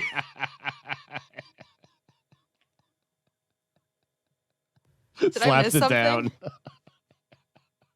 What you got, son? Wait, Like Billy. Riley with the rings. Yes, he pulls out a bag of Walks in. penises. Yes. Right on the table. Billy. That Billy. sound. He wouldn't actually do it, but he'd let you know with his comments. You know what I mean? Can you How? do that What comment? Can you do that? How big's sound your again, boat? Chris? It's like, please? oh, okay, Jimmy, I get it. How's it going, Mr. Father-in-law? Yeah, good to meet you. Mr. Father-in-law. Yeah, Is that you know, what you gotta call be your formal. father? He gets a little nervous. That's why. Mr. Johnson. Why wouldn't you be around? He didn't have his pants on. I think that was a perfect representation of how that interaction would go. If you walked in and he had no pants on, that would be you get all like, oh my god, yeah, Mr. Father-in-law, yeah. That's not Jimmy Johnson. That's James Johnson. Wait. Hi, Mr. Johnson. I think Kevin Literally. Stefanski, among active NFL head coaches, Why would be the worst is he father-in-law. pulling it out right there, though. Upon Bill Belichick would be the worst Do you have him father-in-law. No, shaking Bill- hands with his penis? Oh, you're on the boat. That's why, Stu. He's I changing for the boat. All of a sudden, it's like, whoa. I don't think Bill Belichick really has the energy to be a bad father-in-law. He's just kind I of a would pick general him. grump. I think. Really? I think he'd be great. I'd want him. I think- limited I think- interaction. I imagine Stefanski is like, if you don't have her home by 11. How about I think Andy? He like points to a shotgun or How something. about like Andy that. Reid? Like a jolly, Yeah, jolly Andy Reid would be father-in-law. fun. Andy Reid would be fun. I feel like agree. Billy is skating on him just going to Jimmy Johnson's penis out of nowhere. Yeah. Mike McCarthy would be one that I would be like, all right, Mike. Oh, boring. You know what I mean? Yeah, you're I feel you're like- not intimidated by McCarthy. You show up to Mike McCarthy's Thanksgiving and you start cooking. You start cutting the turkey. You know what I mean? And he's just in the corner upset about I think it. McVay would look cool. Like, you'd be like, oh, yeah, father-in-law, Sean McVay, it'd be fun. But Nah. then he, like, gives you a He's very intense. intense He's Yeah. like Intense. 34. Yeah. I Too know. much. Too much. I'm pretending. How about Saban as a father-in-law?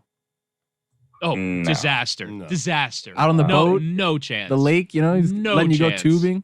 No chance. No He's chance. he's You like he's handing you shots while he's drinking water.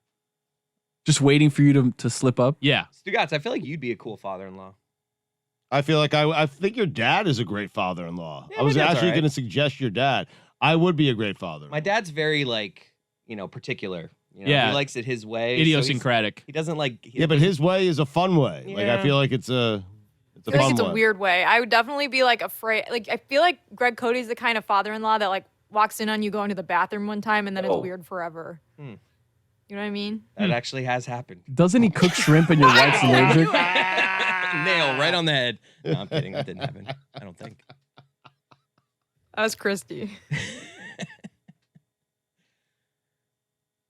My wife definitely likes. She thinks he's weird, but she laughs at him. Like she definitely mocks him a lot. At him, I no. imagine Yeah, the she's whole laughing like a lot of times. the, just, the like, whole at thing him. about like don't bring a main to Thanksgiving. Like there's got to be 20 of those with your dad. That's just like Exactly. But once you realize how weird he is, you can kind of play into it. Like she'll say things kind of like the way the Billy character on the show, like to support my dad. Like, character. say What? What do you What do you mean? mean? What is that Yeah. supposed to mean? Talking like about, man. she'll What does say that mean? something that my dad at a dinner table would be like, "Thank you, Christy." You know what I mean? Where she's mocking him. Oh, She's so like she doing. feeds- she she's doing feeds the him. bit. She Yeah. knows how weird he is, so she plays his notes, and he's like, "Oh, thank you, Christy." At dinner, does she go? Mm-hmm. Go on. I think if I was your wife, I would take a main, but I would blame it on someone else at Thanksgiving. Greg, I saw this outside. person? Someone brought this in a time. Ham. They were afraid to bring it in. Someone brought a ham. I intercepted it outside, but I think it needs to go inside. Go home. You should address this. Yeah. How, Billy? I love the idea now of Christy being like, in Greg's defense, Here's the thing. That was Pablo. Yeah, anytime I can break out a fake Pablo, I'm here for it. Shitty brother-in-law, Pablo. You Just think? like that. I don't know. I think me and him would get along. I think he'd be fine. Weed. Yeah. My tabs for the week. That was and great. Brian Cushing was there. I was checking my tabs for the week. Or somebody who's not here. Oh, yeah, he'll be. Like, you know, Where's Lewis?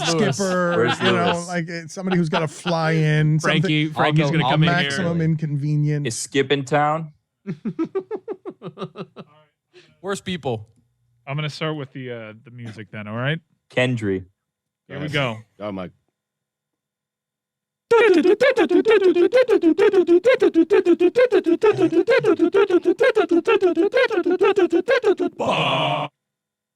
We're gonna start over again. We got a cough on the air. That was me. I thought it turned me off. Fine.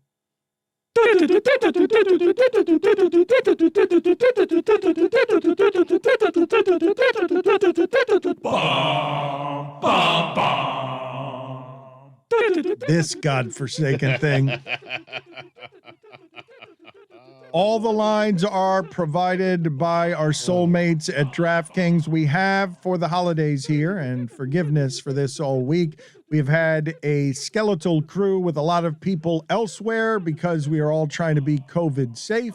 And now we have a literal skeletal crew. That's right. The Grim Reaper is here feeling festive and dancing for some reason, wearing a holiday hat. Not so grim, actually, kind of holiday happy. And Whittingham, I guess we'll allow the people in the Zoom, Billy and Chris Cody and Jessica and Tony, to pick remotely or to pick who they want, picking from the bucket of death, which is here. Chris Whittingham, you start. You're picking for yourself. You have had a nightmare of a season. Tony starts, I thought. This is already getting off to a weird start. You guys really want to do this? Okay, it's very important. Thank you, Chris, for a contribution of nothing to this segment. Sure, we'll start with Tony for no good reason because Tony starts because we have to respect the order, the sequence of It's the. important. Yeah. Go ahead, Tony. Who would you like selecting for you?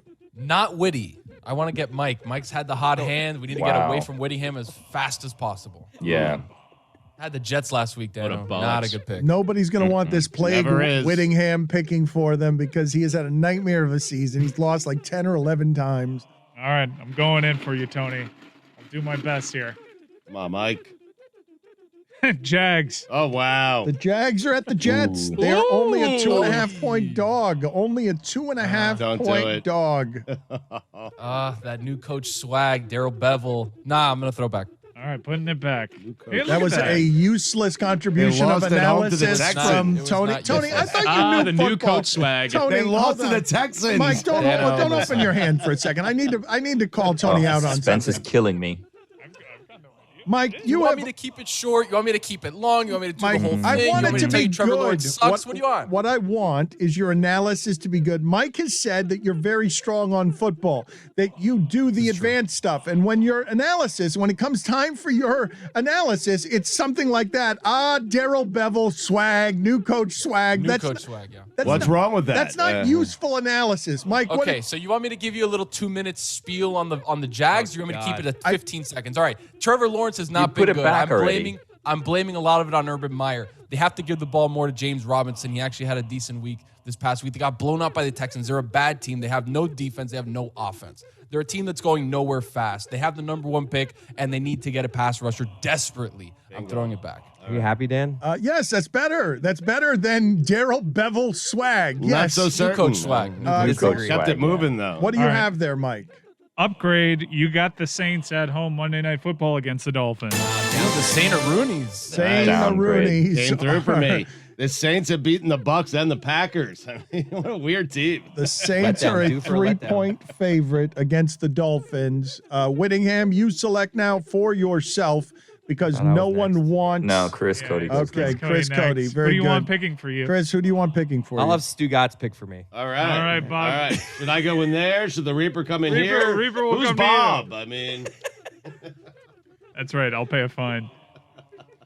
We are now Skeletal. calling the Reaper just Bob. He is our friend hey, Bob. Bobby. The mean, nice Reaper is rummage, laughing and now doing ho ho ho. This is the total. This is not the way this is. Rummaging. This is not supposed to work like this. It's not supposed to be a jovial, It's the holiday death season, incarnate. Stugotz, Oh, make Greg sure to hasn't hold it- picked yet. Also, Hold it Chris below likes the a table, good- Stugotz. Hold it okay. below the table. Below the Yeah. table. All right. Below the table, Bobby. All Come right. on, Stugotz, just pick Well, the Chris thing. likes a good rummage. I mean, the Raiders. The Raiders are a 1.5 point favorite at home against the Broncos. Oh, God. Chris. They won last night, so they're feeling like they can make the playoffs. I'm gonna keep the Raiders. They won earlier this week. Yeah, it's Chris. earlier this week. You're an Short idiot. week. Short Let's keep it moving here. Let's just keep it moving. You're going to pick them. Mike He said has the Bob. Raiders. Yes. Yeah. it's Whitty's turn now. It's Roy's turn, isn't it? Roy is not Roy. here. Yeah, someone Roy is text not him. here. Roy's Billy, turn, Billy, yeah. who's picking for Roy? Oh, I can't do that. I don't Let's know. call him. Yeah, call him. I'll ask. Wow, Roy. the commissioner recusing himself. I can't do that. I have all the power. I can't do this. We have to get Roy on the phone. I'm Well, Well, calling him. Greg hasn't picked yet either. All right, so who do you want picking for Greg? Well, Chris, ask your dad. I'll call my dad right now. Oh, great. Multiple phone calls. All now. right, We so got- Whitty, why doesn't Whitty pick while you guys figure this part out? not Roy's his not turn. picking up. It's not his turn. All right, you, Woody's on the phone. Hey, It's Roy. not Whitty's turn. Technically. We've got yeah. a number of What's up, people. Bells? I understand that you want to Congrats. be an agent I can pick. of chaos here, Billy, but I really do hate for the audience that these segments are 70 Hold on, minutes Roy. long. Roy, we're up to you in the bucket of death here, and you need to select who you want to select for you. And your choices are Whittingham, Mike Ryan, Dan, or me, Hildy too. or Hildy. All right, Roy wants Hildy. You guys are I'll- unbelievable. I'll bring- Hildy's not in the Reaper. room. That's We're what Roy trying to asked for. stay apart from each other. The reason you guys are working from home is because nobody wants to be near each other. Now you're okay. Roy, This just is chaos, confirm what's again. You going would on like today. Hildy? Okay. He said just to. Oh wow. Do you want me to say that out loud? Roy wants Hildy just to piss you off even more. See ya. Mm. Whitty can go in Happy the holidays. meantime. I think. Keep him. Well played, Roy. no, it's not Whitty's turn. Hang on, we got Hildy. Roy's turn. Enter Hildy, stage left. Thank you. I want to sit out the rest of this segment. Like, I don't want to actually keep doing this anymore All right. at this rate of speed. Now Hildy's had good luck. She picked the golden helmet of life. She has the Eagles. Eagles. Wow, the Eagles. Big game.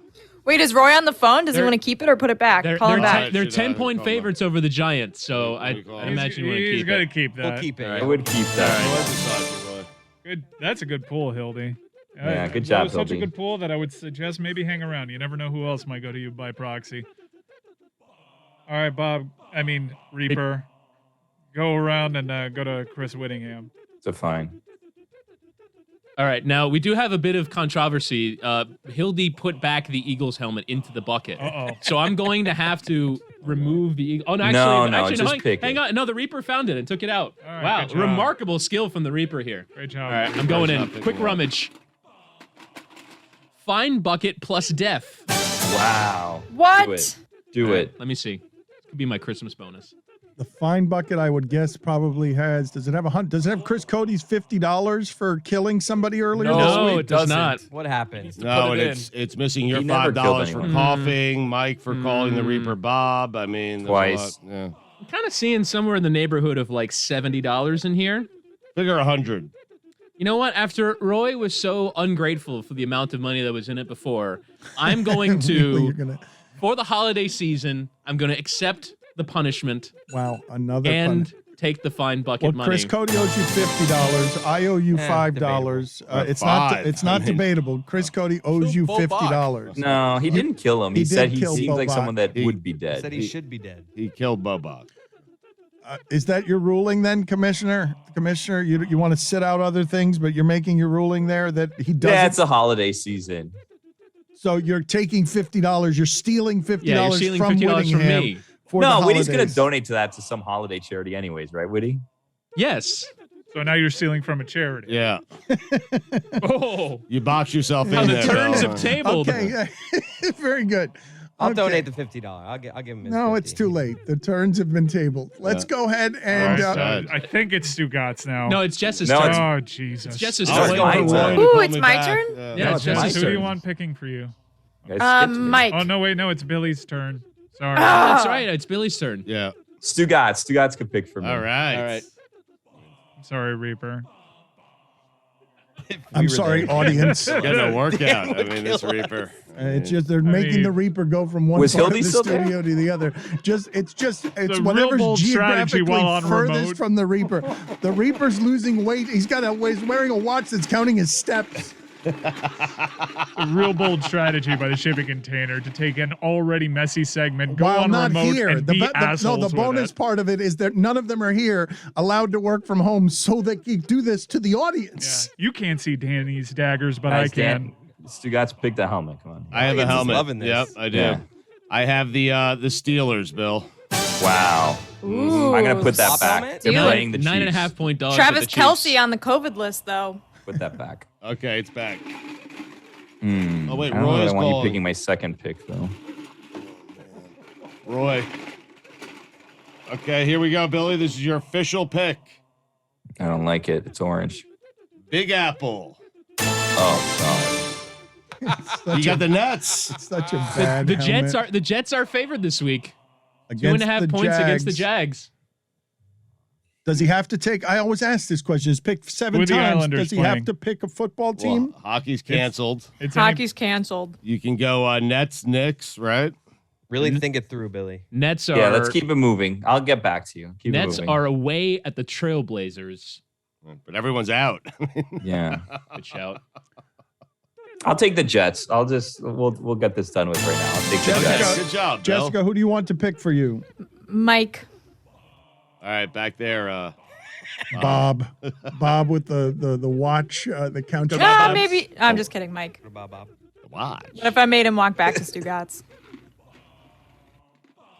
All right, give me a good one. Seahawks. Oh, wow. Wow. 7-point favorite against the Bears at home. Ooh, I'll keep that. I wish I had Bob pick for me. I'll keep it. It is now My Stugotz's Bears turn. looked so bad on Monday Night Football, Dano. Is that everyone? Gotta- Greg gotta go Cody with was Seahawks. out sick on Tuesday, so he couldn't be here. Somebody's got to pick for him. Do we need to call him and find out who he wants to pick for him? In the interim, while you're calling him, He chose Mike. He chose Mike. All right, Okay. there we go. Going in for Greg Cody, first pool. Good teammate by me. It is Atlanta Falcons. Wow. Ooh. Big game for them. 5.5 point favorites at home against the Lions. Oh, you Ah, take we'll that. keep it. Wow. Yeah, you keep that. Chris says your dad take this. Yeah, we'll keep. He keeps All right, it. he keeps Oh, it. I don't All right, know. he locked in. All right, into the studio with Stugotz now for his official pick. Reaper, I am Wow. very sorry about how this. Stugotz, do you want to pick for audience, yourself? I am I very wanted, sorry. I would like I am- Whittingham to pick for I me. am very sorry for the audience. All right, go ahead and go back in there, Reaper. Oh no, he's gonna rummage now. Oh, we can rummage for the holidays, Dan. I mean, come on, a holiday rummage. We like that fun. Oh, The man. homage. A homage. That sounds Hell yeah. pornographic. Terrible. I got the Green Bay Packers. Hosting the Wow. Cleveland Browns Saturday Night Football. 7.5 point favorite. I will take it. And I am picking here, and I will, we need the dramatic sound. Thank you, Mike. I have the Carolina Panthers. I doubt I want that. There are no more buys, You right? don't, no. No. Did Mike pick? I have the You got golden helmet of helmet. life. Yeah. Oh, yeah, that's Who do right. the Panthers have here? Who am I throwing back? Why am I? Oh, they're a 10.5 point dog against the Just Buccaneers throw it back, no matter what. at home. We should have Bucks put these in a off a loss. stocking this week. That would have been fun. And now I'm the Detroit redo it. Lions. Yeah, let's redo it with a stocking. Oh, you want to do it again? Sure. I think that would be great. Let's just do the whole The thing. Lions over are riding a again. win streak. I Yeah. mean, come on. Yeah. You going head to head with Greg Cody as he has the Falcons. Okay. 5.5 point dogs, not bad for the Lions. That's as good as you're going to do with the Detroit Well, Lions. the problem is that I almost should choose instant death so I don't have to watch the instant death that is this football game. Like I should just choose I should just watch the game in one of the punishments. You don't have to watch it. It's not a requirement. I mean, just see if they win. I gotta care about it. It's gonna result in my death. Bob, thank you for all your contributions during the holidays. Your Reaper bonus is in the mail. Yeah. I've been wanting to talk to this guy for a long time because he seemed to handle his business in a way that was public and didn't seem very comfortable. But it seems like as a businessman and as a man who's just a powerhouse in general, that everything worked out for him, even though he had a contract dispute in Washington that seemed to me, Trent, and thank you for joining us, it seemed to be about just be fair with me, value me for my excellence. It wasn't really about money, but these things always become about money. Washington famously mismanaged. So what happened there? And again, I thank you for being on with us because I've been wanting to talk to you for a long time. I didn't understand how someone so excellent could be sitting out a year. Yeah. I mean, sitting out the year wasn't the plan. I honestly, I wasn't even cleared to start working out until like August of that year. So, honestly, I wasn't even ready to play until right around October when I went back. So, I went back. I'm not sure. I honestly think they wanted me to kind of, just keep everything between us. And, that was hard to do being that I had went, basically off the grid for the last 9 months, and I had media obligations when I got back. So that was kind of hard to do. I didn't feel very comfortable lying to the world about what was going on. So I think my honesty in the media maybe rubbed them the wrong way. So obviously they put me on the non-football injury list and they asked me not to come back. So it's really kind of where the bridge was burned. I never wanted it to get out to the point where it was played out in the media, but that's just kind of how it went. But I guess what I'm asking you, were you hurt? Were you angry? And I don't mean to dredge up like headlines and stuff, but you were dealing with a brain growth as well, correct? Like this was a trying time for you in general. Yeah, I mean, not a brain growth. It was a growth on my skull, which was close to making it to my brain. But yeah, I mean, yeah, I was dealing with that. I was dealing with recovering from that. So yeah, I guess you could say I was hurt in that sense. I wasn't ready to play. I wasn't cleared yet.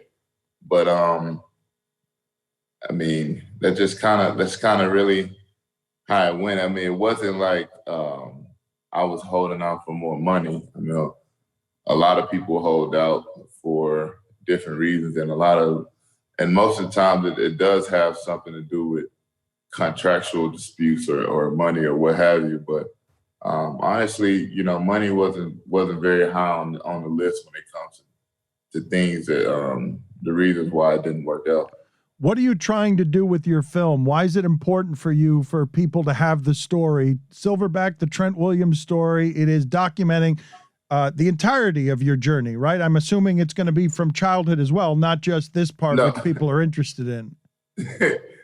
No, honestly, it's really just recapping the 2019 year. I mean, it gives some lead up, of course, but majority of the film is just kind of filling people in on what happened in 2019 year. Because just like you, a lot of people were kind of confused of what exactly happened, what exactly I was dealing with. So so that covers that. And then again, I wanted to. There's a lot of people dealing with sarcoma around the world that really don't have a ton of help. It's not a ton of research to help people when they come down to these type of cancers. So part of the majority of my reason was really just to help raise awareness and to help people, that was battling this cancer like myself and just raise the awareness about it. Maybe we can get some better research and get better treatments. Sarcoma is one of the least known about cancers that we have. And the treatment is even harder to come by. I want to talk about what a menace you are, because I don't even know when you got the nickname Silverback. This is something that you are proud of. Silverback, the Trent Williams story. I imagine it has to do because you have uncommon strength. Yeah, it was a nickname came back from college, man, and it was about combination of size, strength, and speed, and a little bit of, mean street, kind of sprinkled in there. So I guess, people thought that was a fitting name. But you're terrifying. I would imagine that I would imagine that there's not very often that you are being met with someone who is coming at your chest and that person is stronger than you are. How often has that happened where you are facing someone and you're like, this dude's just stronger than I am? When it comes to just raw strength, I'm not going to say I'm always the strongest, but when I'm going against a defensive lineman, very rarely will they be, if they're stronger than me, very rarely will they be my size. And if they're my size, then very rarely will they be as strong or as quick. So, it's kind of where my advantages lay. Well, this must be great confidence for you just at life, to have that, to go out there and be like, I understand everyone out here is big and strong and violent, but you're not as big as me and as strong as me. None of you out here have that combination. But I mean, that must be great to go out there and play that game and be like, you know what? Not a one of you out here is as big and as strong as me as a combination. Yeah, it does give you good confidence, but the confidence comes from busting my tail every offseason, and that's kind of where I can continue to build on my advantages. So, it feels good to say that, but I can only say that because I put in the work behind it. Well, who's somebody though that you say, okay, perhaps this person maybe you consider, you might not know this about this person, but this person has my respect because I see him as almost a peer in confidence, in strength, in skill. He's as good at what he does as I am at what I do. Oh, that's a couple people. Just off the top of the head, I think of guys like Aaron Donald, which he might not be the biggest, but I mean, you ain't gonna find a lot of people stronger than him. You ain't gonna find too many people quicker than him. Or think of a guy like Fletcher Cox. I've always thought that he was like pretty comparable when it comes to size, strength, and speed. I mean, we kind of, almost the exact same when it comes to measurables. So I look at a guy like him. Obviously, I'm a little heavier than him, but I look at a guy like him and say, very few times will he line up across somebody, a guard that is bigger, stronger, and quicker than him. He usually going to have an edge out of 2 out of 3. So I look at guys like that and just see how they can dominate. And I just kind of look at it and say, that's the kind of player I kind of want to be, or want to compare myself to doing a job that way. Jason Taylor, Hall of Famer, would pay his respects to someone like Tony Baselli and acknowledge, I was always getting stuck in that guy's belly button. I just couldn't. It was too much. Have you gotten some kinds of praise like that from people that we would all consider great, where they're just muttering to you, like, knock it off, man. Like, this ain't right what you're doing. What you're doing out here is it's not fair. You're too big and strong. Yeah. Honestly, all the time. Yeah, I do. But I mean, I don't want to just get to blurting those guys out and they feel like, we're making a mockery out of them. But that's got to be it's got to be a great compliment, right? I mean, it's not like what you guys do is easy. These people are already great at what they do, and they just don't have a chance sometimes because it's not really fair, right? They said of Jonathan Ogden, he could have played the whole game with a cup of coffee in his hand, and he wouldn't have spilled anything protecting his quarterback, because in some instances it wasn't fair to what he was doing to people. Right. I mean, yeah. I never heard that analogy, but that's pretty funny. But yeah, I mean, these guys, it is a great compliment, honestly, when you put in as much studying that has to go in to even have a good game against a top rusher, because you don't just walk out there and play. It takes a lot of preparation. takes a lot of studying. It takes a lot of just mental focusing, mental just visualization. You know, laying up at night, just knowing how you gotta counter to his counter and what's his third counter gonna be, like how do he treat certain sets. So I mean, I do take it as a compliment. Trust me. You know, I know that it doesn't happen that easy, but you know, when somebody does tell me that, you know, it does give me a little bit of confidence. You know, as offensive linemen, we don't get too many things that we can hang our hat on. But you won't give me a guy whose career is over, a guy who doesn't have any, you know, he doesn't have any problems with his bona fide, just something that was flattering to you, not to embarrass him, but just to be like, that's pretty cool that guy would say he's having a tough time out loud. Yeah, I mean, I guess I could say Chandler Jones. Me and him, we got a good relationship, and I feel like he's honestly one of the hardest people to block in the NFL right now. That I would have to face, or anybody would have to face. It's not, you know, I don't have a biased opinion towards like Nick Bosa, but you know, I think Chandler Jones is the cream of the crop when it comes to outside linebacker. And when it comes to pass rusher, I definitely don't think that there's anybody in the NFL that keeps me up at night like he does. So yeah, you know, and I mean, he always, you know, we have that type of rapport where we can kind of, you know, we can compete at a high level and still, you know, talk to each other in, you know, jokingly matter or what have you. So yeah, you know, even just last time we played each other, he would just say, you know, hey, I forgot, I think it was Marcus Golden, but he would just say, hey, we need to switch, man. It was late in the game. We were losing. We were in a pass situation where it was a situation where every play was a pass. We was trying to come back from 2 scores, I think. And yeah, he was just in the middle of the play, just stopped and was like, hey, man, you know, I ain't gonna explicit. It was a couple of explicit words. People like, hey, man, you need to get over here. He locking my bleep up. You know, he just wanted to switch sides. Do you have? Yeah, he was like, man, switch sides, man. It ain't nothing I can do. It ain't working right now. Do you have? We all kind of laughed about it, and they switched sides, and you know, we just kept it going. But I thought that was pretty funny, you know, and I thought that was kind of also said a little bit about, you know, how well that I was doing against him on that particular day. Have you faced all of those guys? Like among the most unblockable of the unblockable, it's now Watt, it is now Myles Garrett, it is Chandler Jones. There are only a handful of them that are viewed as I don't know. Maybe Micah Parsons is now that. I don't know how many of these guys you have faced, but when you think of very top of the food chain, is there anyone atop Chandler Jones?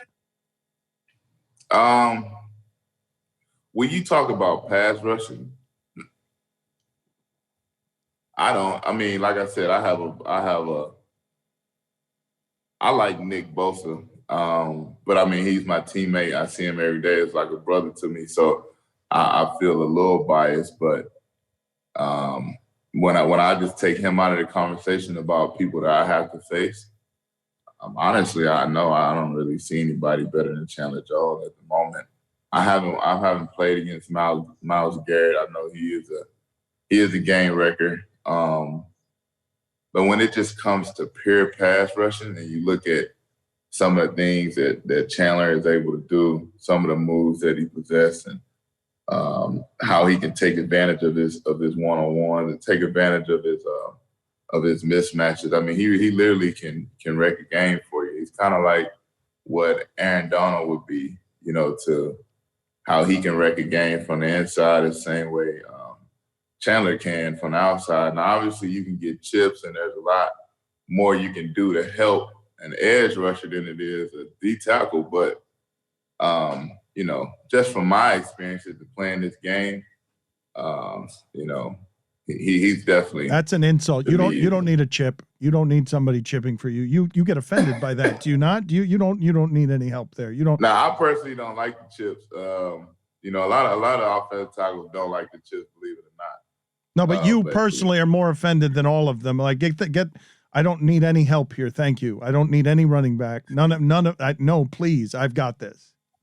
Yeah, when I got in the NFL, man, Coach Shanahan, Mike Shanahan, pulled me to the side. My first game, like a few days before my first game, we were playing the Marcus Ware. And he told me, I'm not going to give you a chip. I'm not going to slide to you. You're either going to, man up and be who we're paying you to be, or you're going to be a bust. So it's kind of like that was our conversation. And from that point on, as a young pup, I always thought that, hey, if I can prevent Coach from sending help my way, then that means that I'm doing my job pretty well. Is that what you like the most about the sport? The idea that the challenge at the top of competition is let's man up. Let's see what you have. I've sculpted this skill my entire life. Let's see what you've got to go up against it. Is there anything more gladiator that feeds the adrenaline of what you do? I mean, I know the paycheck and all those things are nice, but that challenge is something that speaks to you, right?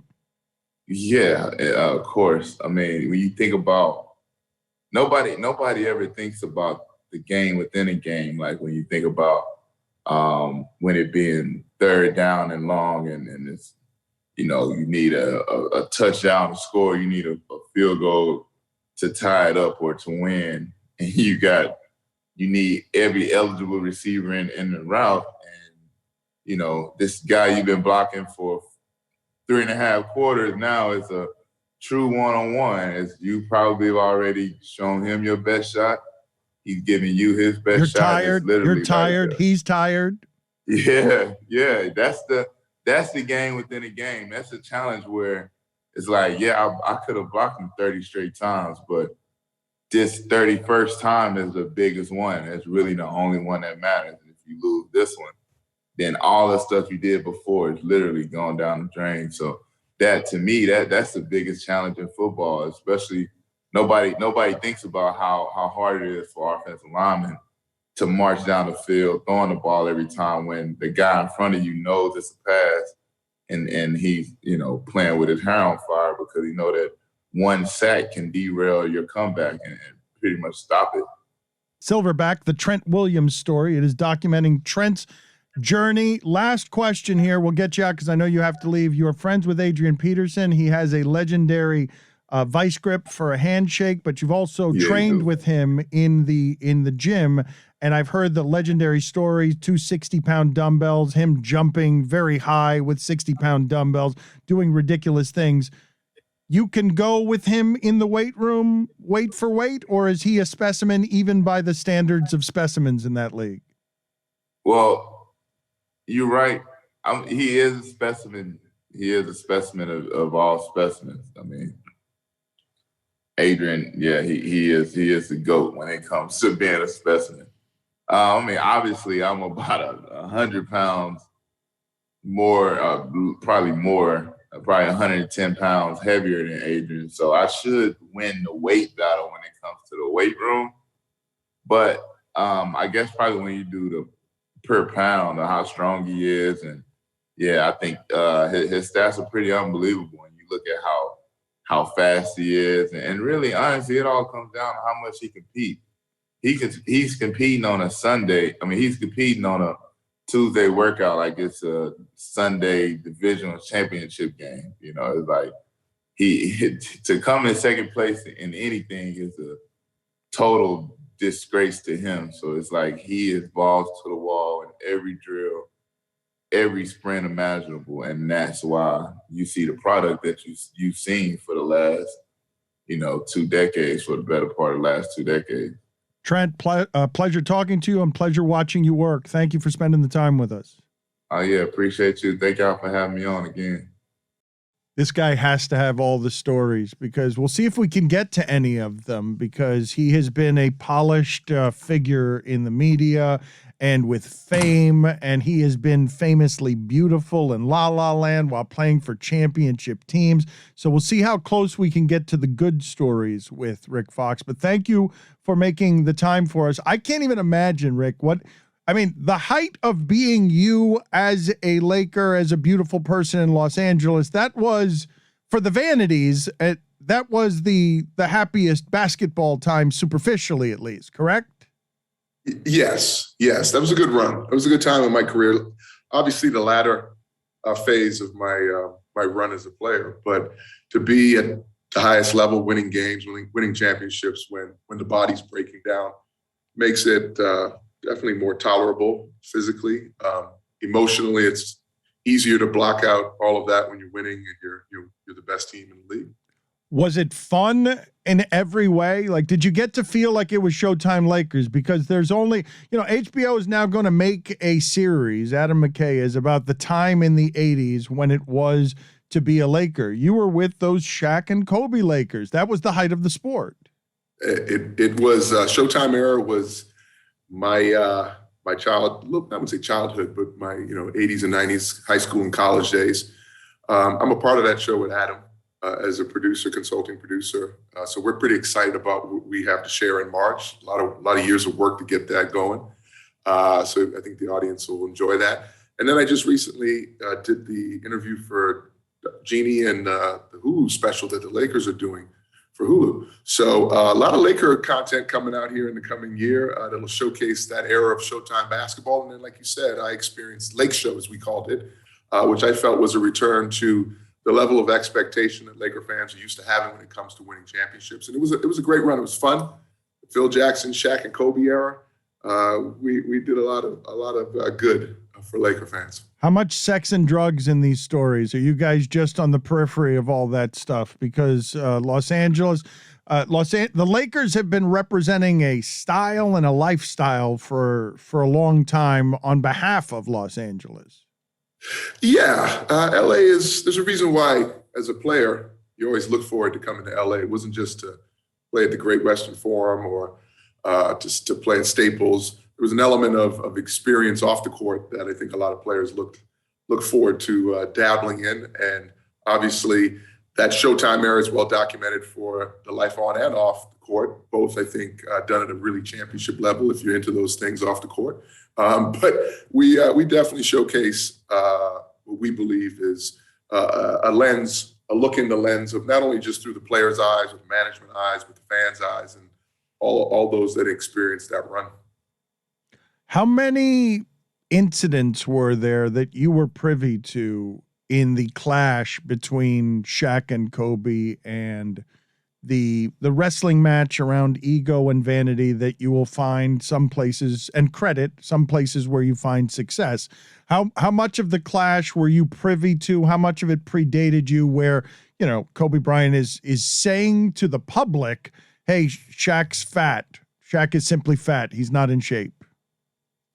What we call, well, first of all, I was right in the middle of it because I was the third captain. Three of us were captains of that run. So the issues that always arise from time to time were in many ways a disagreement in style of play, who we should play through. But what made us great, I always thought, was that we pushed and poked and prodded each other and challenged each other across the board. It wasn't just Shaq and Kobe. To get a lot of the attention and brunt of the responsibility because they were superstars, but we were all pretty difficult to play with. We all rivaled egos. Our own personal egos took center stage from time to time. We all thought we were special in our own right, and that made for a very contentious environment to play in, but it drove us also, I think, to great success. So I don't want to point to just Shaq and Kobe as the ones whose egos ran rampant. I got to take a little responsibility for that, and I think the rest of us would share in that responsibility as well. Well, who else? Explain it to me. Explain to me what it's like to captain, to navigate that ego war. What a unique perspective for you to have as a captain with those guys of that team where you were winning together, but that's the height of conflict, the way those two guys were going back and forth at each other. Yeah, each year it was a struggle to find a balance on how we would play together, who we would play through. You have a Shaquille who was a benevolent king, who, quite frankly, is used to the ball flowing through him to get things done, and quite successfully by that point. And then you have a young Kobe Bryant who's on a quest to become the greatest player ever, who is trying to find ways to lead and to dominate, and in his mind, The game would be played a lot simpler if it was just played through him. So as supporting cast members, we all came and added, obviously, a lot of support to those two guys. But whether it was Shaq upset at Kobe, Kobe upset at Shaq, or Kobe and Shaq upset at the rest of us, each year was a new dynamic and a new equation to solve. And we seemed to get there for 3 years in a row and get to the end result being one where we were all on the same page.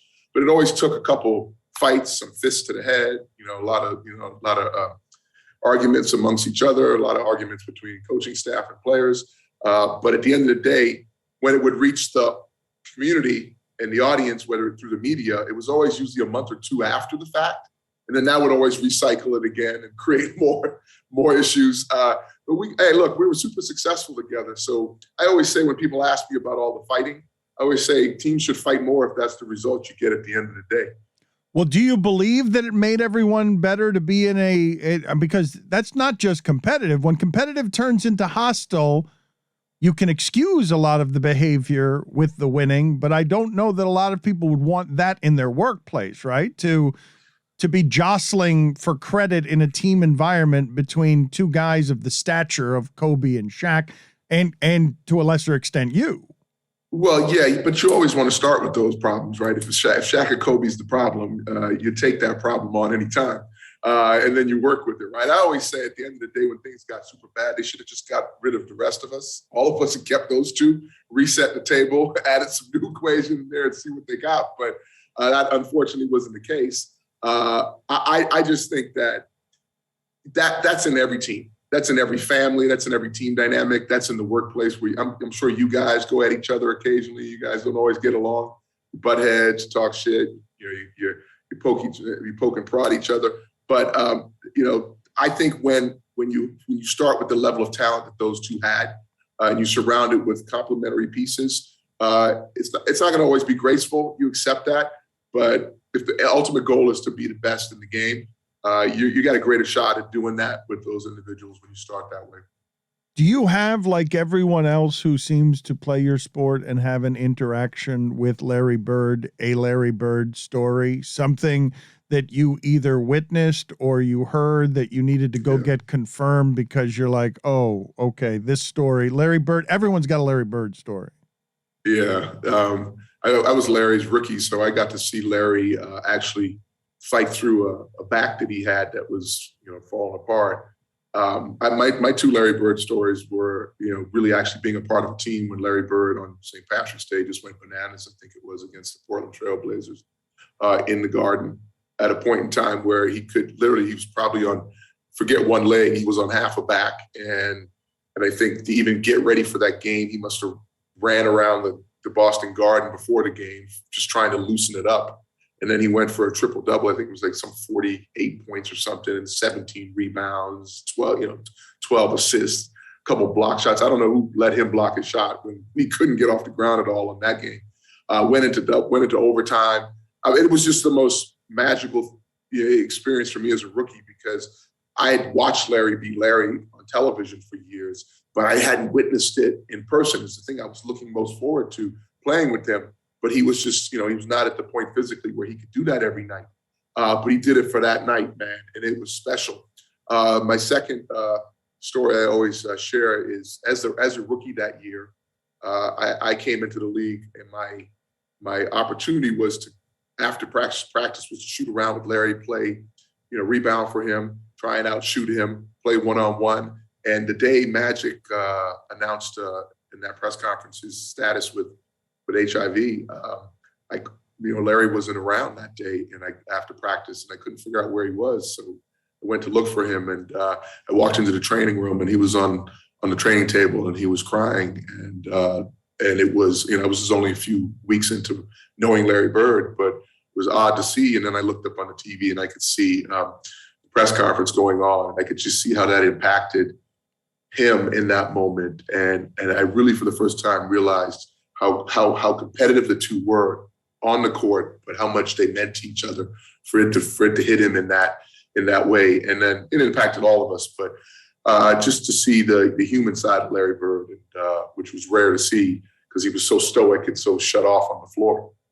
I have no intent to disparage the dead, but the ways that you saw Kobe Bryant be proudly competitive asshole, guy who just simply wanted it more than the other people around him and didn't mind having the cutthroat trampling that required sometimes. You must have an arsenal of those stories as well. Yeah, and having played with him for 8 years, especially at the first half of his Hall of Fame career, where he was figuring it out. I was a teammate that had to guard him daily, so I had to deal with the likes of Jordan and all the greats in the game on the court defensively, and then I had to deal with this young kid coming up who was as willful and as determined to be as great as them. So there were no nights off for me, obviously, from practice to games. But I watched him really take shape. I watched him find his way as a player in the league. I watched him push through barriers and force and impose his will early on. We tried to, as veterans, we tried to keep him in accord with the rest of us, but there was no stopping him from a pursuit of excellence. And then I watched him develop and he always had it, but I watched him develop a work ethic that was unparalleled and drove the rest of us to higher heights, even as we got older, still realizing that if he could put in the work, what were we going to do? How do you deny someone that's actually putting in that type of work? And then the shark nature that you mentioned, he called himself a black mamba, but I go back to being a kid at the University of North Carolina that grew up with a Michael Jordan as a mentor and working Mike's camp and being around Mike and seeing the level of intensity with him working out down in the basement in his house and seeing kind of the level with which they would push themselves and the things they would push through mentally and physically. And then watching Kobe take on that same shape of intensity. And then obviously for him, having access to Mike, to be able to talk to Mike, only I think amplified the chase for him. He had Mike on a board up there that he had to surpass. And then he shaped his own career. He took the things that he wanted to obviously incorporate into his game from the greats, and then he started to shape it and make his own moments in time and own expertise level. And then he challenged the next generation. So moments of him telling me he could. I always tell a story, and maybe this will give you an insight into Kobe Bryant. We were in I think it was 1998 preseason game. He was under Del Harris at the time. He didn't get off the bench in the first 3 quarters. Del was always trying to, keep him under wraps. And they checked him in the game against the Clippers. I think it was down in San Diego. And in that 4th quarter, he scored 28 points. And so we get on the bus, and he's walking past me, and he and I are the first ones on the bus. He taps me on the shoulders, and I turn around, and he goes, "Yo, Rick, I could have gone for 73 tonight." And I'm thinking to myself, okay, that's a lot of shots, young fella. I don't know where you're going to find enough shots to get 73 points, but okay, all right. That was my first glimpse into where his mind was in terms of what he would be able to accomplish. And then fast forward, 9 years later, I'm sitting courtside. They're honoring me from a retirement standpoint at a Laker game, and it's a Dallas game, and he goes for 63 points in 3 quarters, and he's just talking back and forth to me at courtside, and I'm laughing. And all I could think to myself was, this son of a bitch might get to 73 tonight. And he didn't play the 4th quarter, but a couple of weeks later, he went for 81. And when I saw that, I just thought, I said, man, this kid really does not have a cap on what is possible in his life. And when you think of him in his post career and the way he was living his life as a businessman and someone that had designs on what he was going to accomplish in life after basketball. I mean, he has an Oscar, he went on in his business ventures to start to shape and create opportunities that would have put him in the atmosphere of magic and beyond, Mike, I'm very disappointed in Rick Fox because he didn't give us the story of Kobe. You want the Samaki story? You want the one where he reached over my shoulder and punched Samaki in the back of the head? You want the one where me and him almost got in a fight in practice? There's a ton of them, man. Do we have enough time for all of those? I thought that people wouldn't understand the competitive cruelty that was required because you had to go meet his competitive level. Like if you're defending him in practice. Oh, hell yeah. We got into it all the time, Dan. It must have been it must have been nonstop, where there's just no way he's not always saying cruel things, personal things, not allowing you, like things that would get into any normal human being's feelings. Yes, things that would light up the social media airways for sure. I can tell you those. They range from obviously physical altercations where actual punches are thrown, all the way down to obviously him testing, someone's manhood. He is on the level of an animal. He was on the level of a basketball player that didn't respect you if you did not meet the challenge. And the challenge wasn't just one-on-one. It was getting to the core of how far you were prepared to go to defend your turf, B, to go to battle with him and make sure that you were willing to cut the throat of the other team member as easy as he would do it. Winning was the ultimate goal, man. It was everything that he measured himself against. And when you're wanting to be the best and to ever play the game, and you need others to do that, well, you have very little room for tolerance for those that aren't looking to get the maximum amount of their own talents and skills out on the table. And if you weren't getting it out of yourself, he was going to try and get it out of you himself by pushing you. I'm not interested in the dirt, Rick. I'm interested in what it takes, right? Because you're trying to compete with that. He is trying to annihilate everybody. You're defending it in practice. He can be cruel. He can be competitively cruel. I imagine that you and him were coming close to blows all the time because you're competitive too.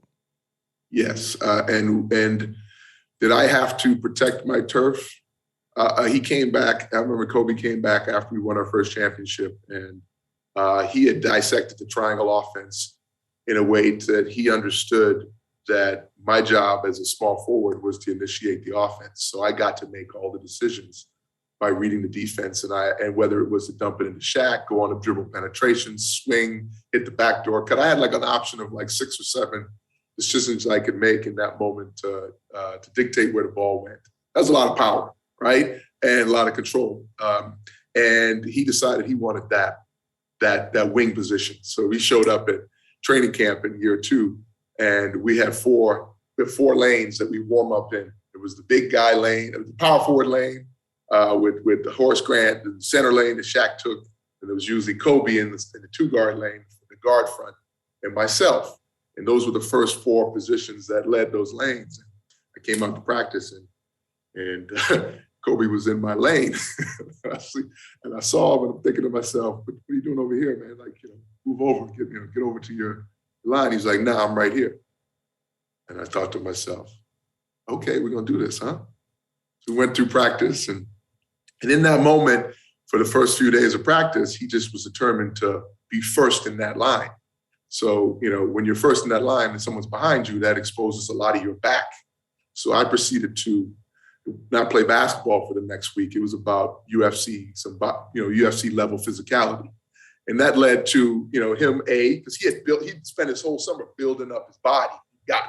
He came back like Tiger came back, after a few championships. He came back more interested in being strong than he was interested in being that slender, like lean look, right? And so we got into fights. I tried to chop the tree down for the next week. I beat him up, and then he fought back, and we reached a level where, it was intense. He wasn't going to back down, and I was going to let him take my spot, that wing spot and those responsibilities. So went up to him after practice one day. He was shooting over there, working out by himself. I said, we're going to have a problem. I said, we need to fix this right now. He's like, we need to fix it right now. I said, we on the same page? What are we trying to get done this year? He said, we're trying to win another championship. I said, I'm trying to win another championship too. I said, but if there's something we need to take care of right now, let's figure this out right now. Nobody in the gym, it's just me and you. He said, nah, we good. We good. Came out the next day, and he was in the next line. And so I think that in that moment, what you get is he was going to take that spot from me if I was not willing to literally fight for it. Not anything basketball related. Man versus man.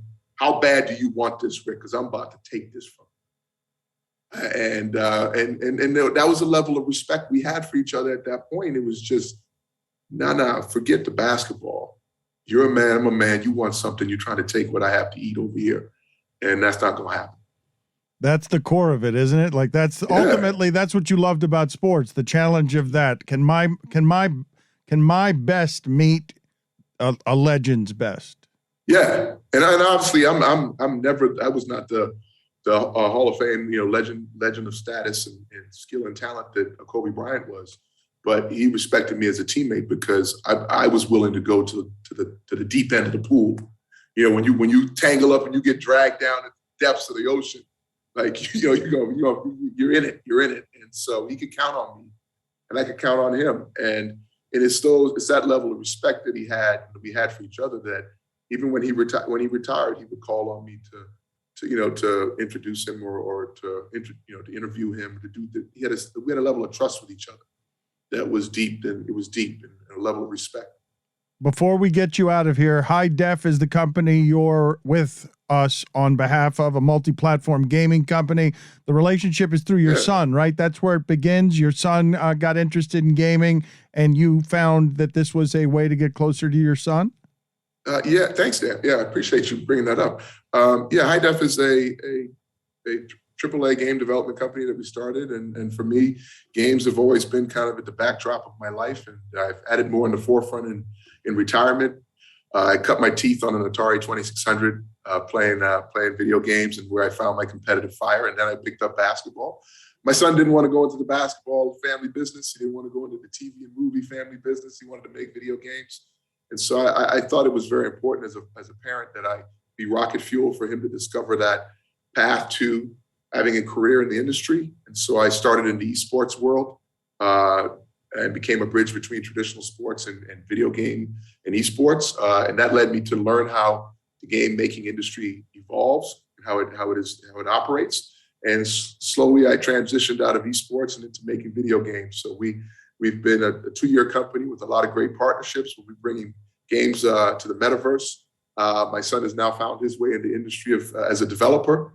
And I have a career as a video game developer. Thank you, sir. Good catching up with you. Always good talking to you, Rick. Thank you for spending the time with us. Dan. Appreciate it.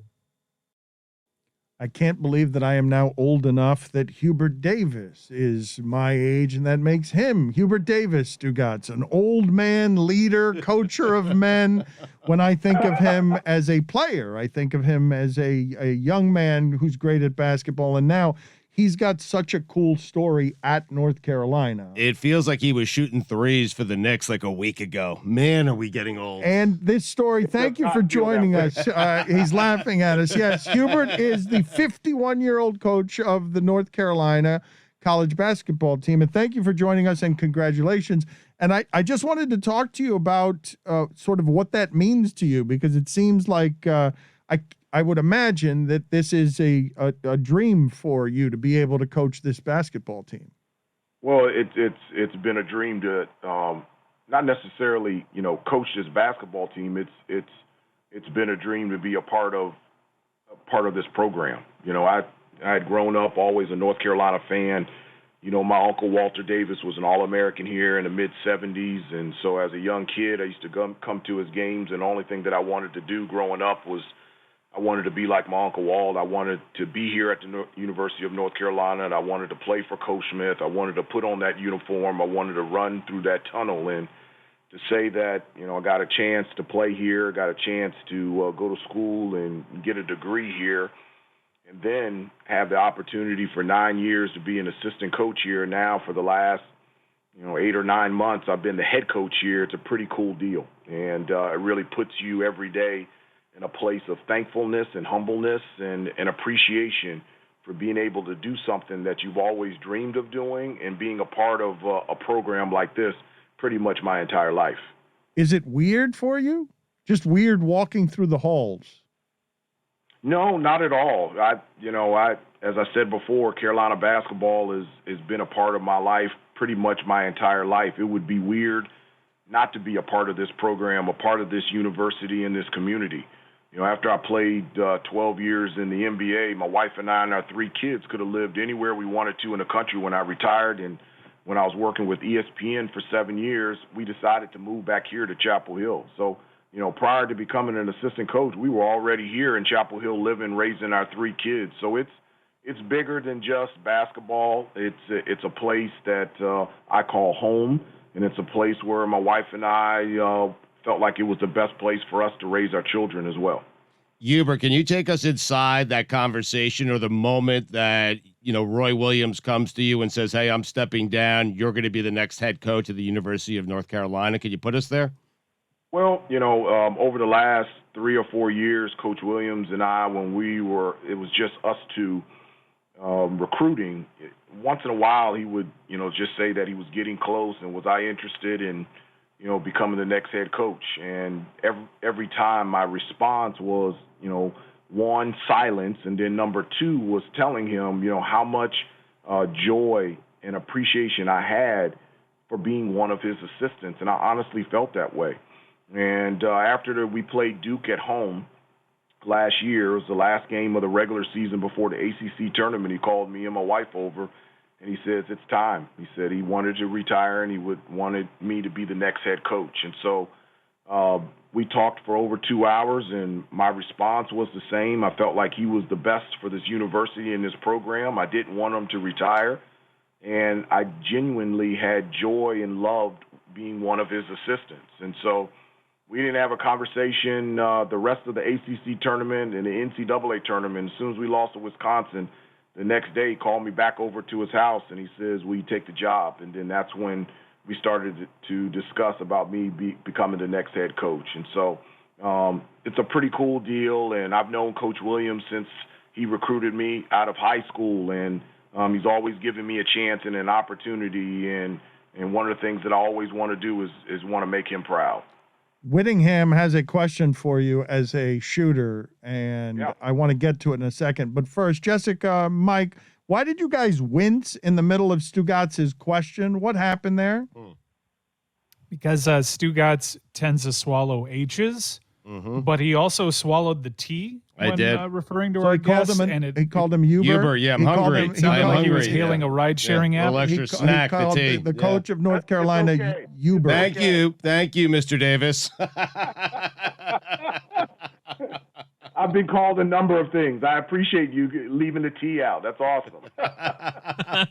So, Hubert, I just pulled up your basketball reference page from your career, and I think you could have been Steph Curry because your 3-point No, I couldn't. Okay, hang on a second. Like, Hubert. He shut you down already, man. Hubert, you shot 44% from 3 when nobody took them. It's embarrassing that the most that you ever took in a season was 3.5 a game. A coach should have said, Hubert, anytime you're open for 3, take it. 44% is incredible. You would be an all-time shooter if they just let you shoot more.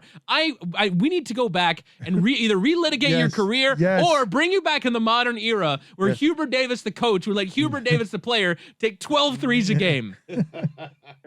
We would have won a championship with the New York Knicks if we didn't throw the ball down to Patrick Ewing. They should have just given the ball to me. Yeah. Three's worth more than 2, Hubert. 3 is worth more You're than so 2. right. Thank you. And I'm finally, you got Hubert Davis to say the controversial thing. I hope they slap it over all the tabloids there. We wasted a decade of my prime being Steph Curry because we kept throwing it to the big man in the post. What was Coach Riley thinking? Idiot. Moron. Coach Pat Riley.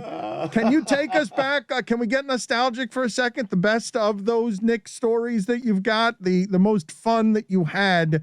I don't know if this is the best job you've ever had. I don't know if this is the most fun you've ever had. Well, I love playing, and being out there on the floor and being in the locker room and playing basketball is something that has always been a passion for me, and I have loved. It was an unbelievable experience playing for the Knicks. When I got drafted by the Knicks, I didn't want to go there because I thought those guys would break me in half. I saw them, the way that Anthony Mason and Charles Oakley and Patrick and all those guys, and I'm like, man, they're gonna crush me. And I was like, there is no way I want to play for them. And I couldn't have hoped or prayed for a better team to go to. Patrick Ewing is the best superstar that I've ever played with. Not only was he unbelievable on the floor, just an incredible teammate. And as a rookie, to be coached by, Coach Riley and Coach Van Gundy and Coach Hart and all of them was just absolutely an incredible experience. And, the only regret that I have in my career with the New York Knicks is that we didn't get a championship for Patrick. He deserved it. He was New York City. He was the New York Knicks. And I desperately wanted him to be an NBA champion. And but I loved playing for the Knicks and for Coach Riley, and it was an unbelievable experience. Give us the story of this is Pat Riley is totally unreasonable. This is not because Pat was an insane person back then, Hubert, even by, not that he's, not always super passionate about what he's doing, but back then, even he has his reticences of how hard he pushed human beings. He did. He really pushed us. And, there's a huge piece of me as a player and a huge piece of me as a coach that has learned and taken that in my career. He pushed us, and I'm so thankful that he did. One of the things that he taught me was how hard that you have to prepare and to practice just to put yourself in a position to possibly be successful. And that's one of the greatest things that he taught me. And he did push us. He taught all of us that we can go beyond what we think are our limits. And I'm so thankful that he was my coach for 3 years. He was fantastic. I would play for him any given day, any day of the week. He was an unbelievable coach, and I loved how he pushed us. I need to get, now that you mentioned Charles Oakley, we have a library of Charles Oakley slaps people stories around here. Let's just play one of those stories randomly. Who do we have here, Whittingham? Who did you find? This is Antonio Davis describing the time that boy. Charles Oakley slapped Charles Barkley. We were at a meeting, Players Association meeting, and from what I understood, that was when Barkley was playing for Houston. He threw the ball at Charles, and they hadn't seen each other since. So it's not over till it's over. Right, until Charles Oakley. It's not over until Oakley has placed the knot in your head and is sufficiently satiated. Okay, now Barkley denies that story. You actually witnessed that one, or is that something that you heard about? Man, I was there. He walked by me and said hi and did his thing. I was there. Okay. I saw it. Where are we on this, Hubert? We have a handful of them. It is said one time that there was a baby removed from someone's arms so that he could do it. Charles Oakley liked to slap people. What do you got for us? He never slapped me. I never saw him slap anybody the 4 years that I played with him. But I tell you one thing: if whoever he's playing against, it's not a slap. You're gonna get an elbow. You're gonna get kicked. You're gonna get a bite. You're gonna get punched. You're gonna get something. There's so many times out there in the game. Charles will say, "Hey, did he hit you, Hubert?" And I'll say, "Yeah. He set an illegal screen on me." He said, "Send him my way," and I'll send him that way. And Charles will throw a little elbow or put a little a little fist in somebody's chest. And so he always protected us. He gets a huge reputation of being Patrick's protector, but what he was is he was our protector. He was mine. He was Greg Anthony's. He was John Stark's. He was everybody's, and he's one of the toughest players that I've ever been around. In 2011, Bleacher Report did a top 50 Knicks of all time, and Hubert Davis came in at number 47. Too high or too low, Hubert? It doesn't really matter to me. I wish that I could have stayed with the Knicks all 12 years. That was my preference. That's what I wanted. I just fell in love with not just the Knicks, but I fell in love with New York. I grew up right outside of Washington, D.C., and then I came here for 4 years in Chapel Hill. I went to New York City, and I fell in love with it. I just love the people. I love the community. I love the diversity. I love the straightforwardness and directness in terms of communication. I love the passion for the New York Knicks and how much they love this organization and how much they desperately wanted a championship. Sometimes I think even more than we did. And I fell in love with it. And so in terms of the number, I could care less. I'm just so thankful that I was a part of that organization in that city for 4 years.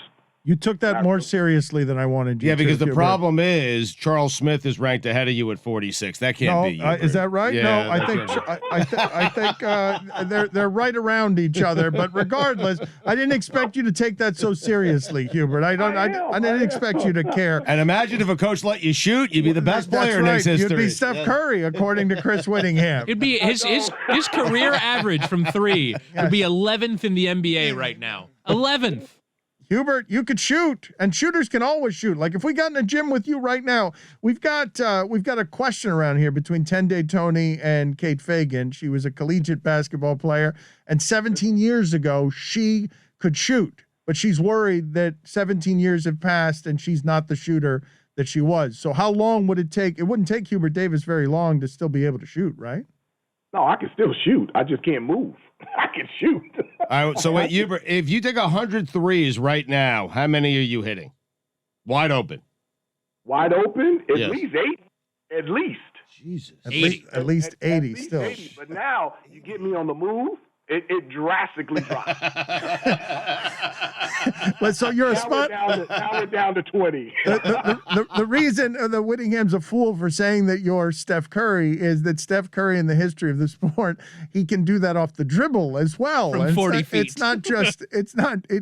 Yes, that is the absurdity of the evolution. You must marvel at it, right, Hubert? As somebody who is a shooter, you must look at Steph Curry and say, no, this is beyond the reach of where humans are supposed to be able to do this thing.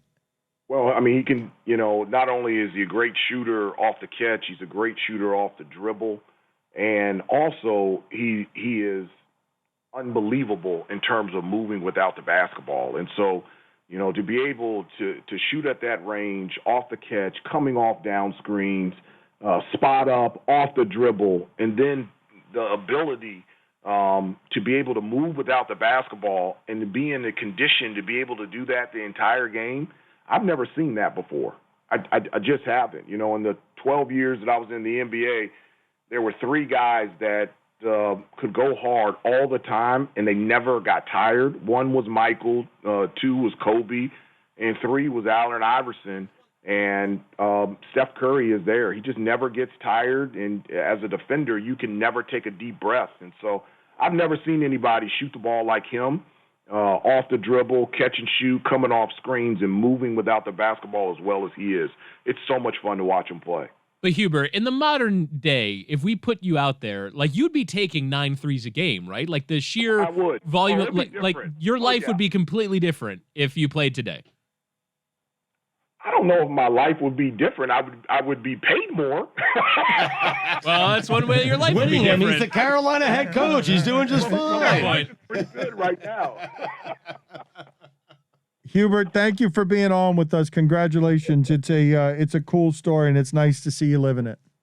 All right. Thanks a lot. I appreciate it, guys. Have a great day. All right, you too.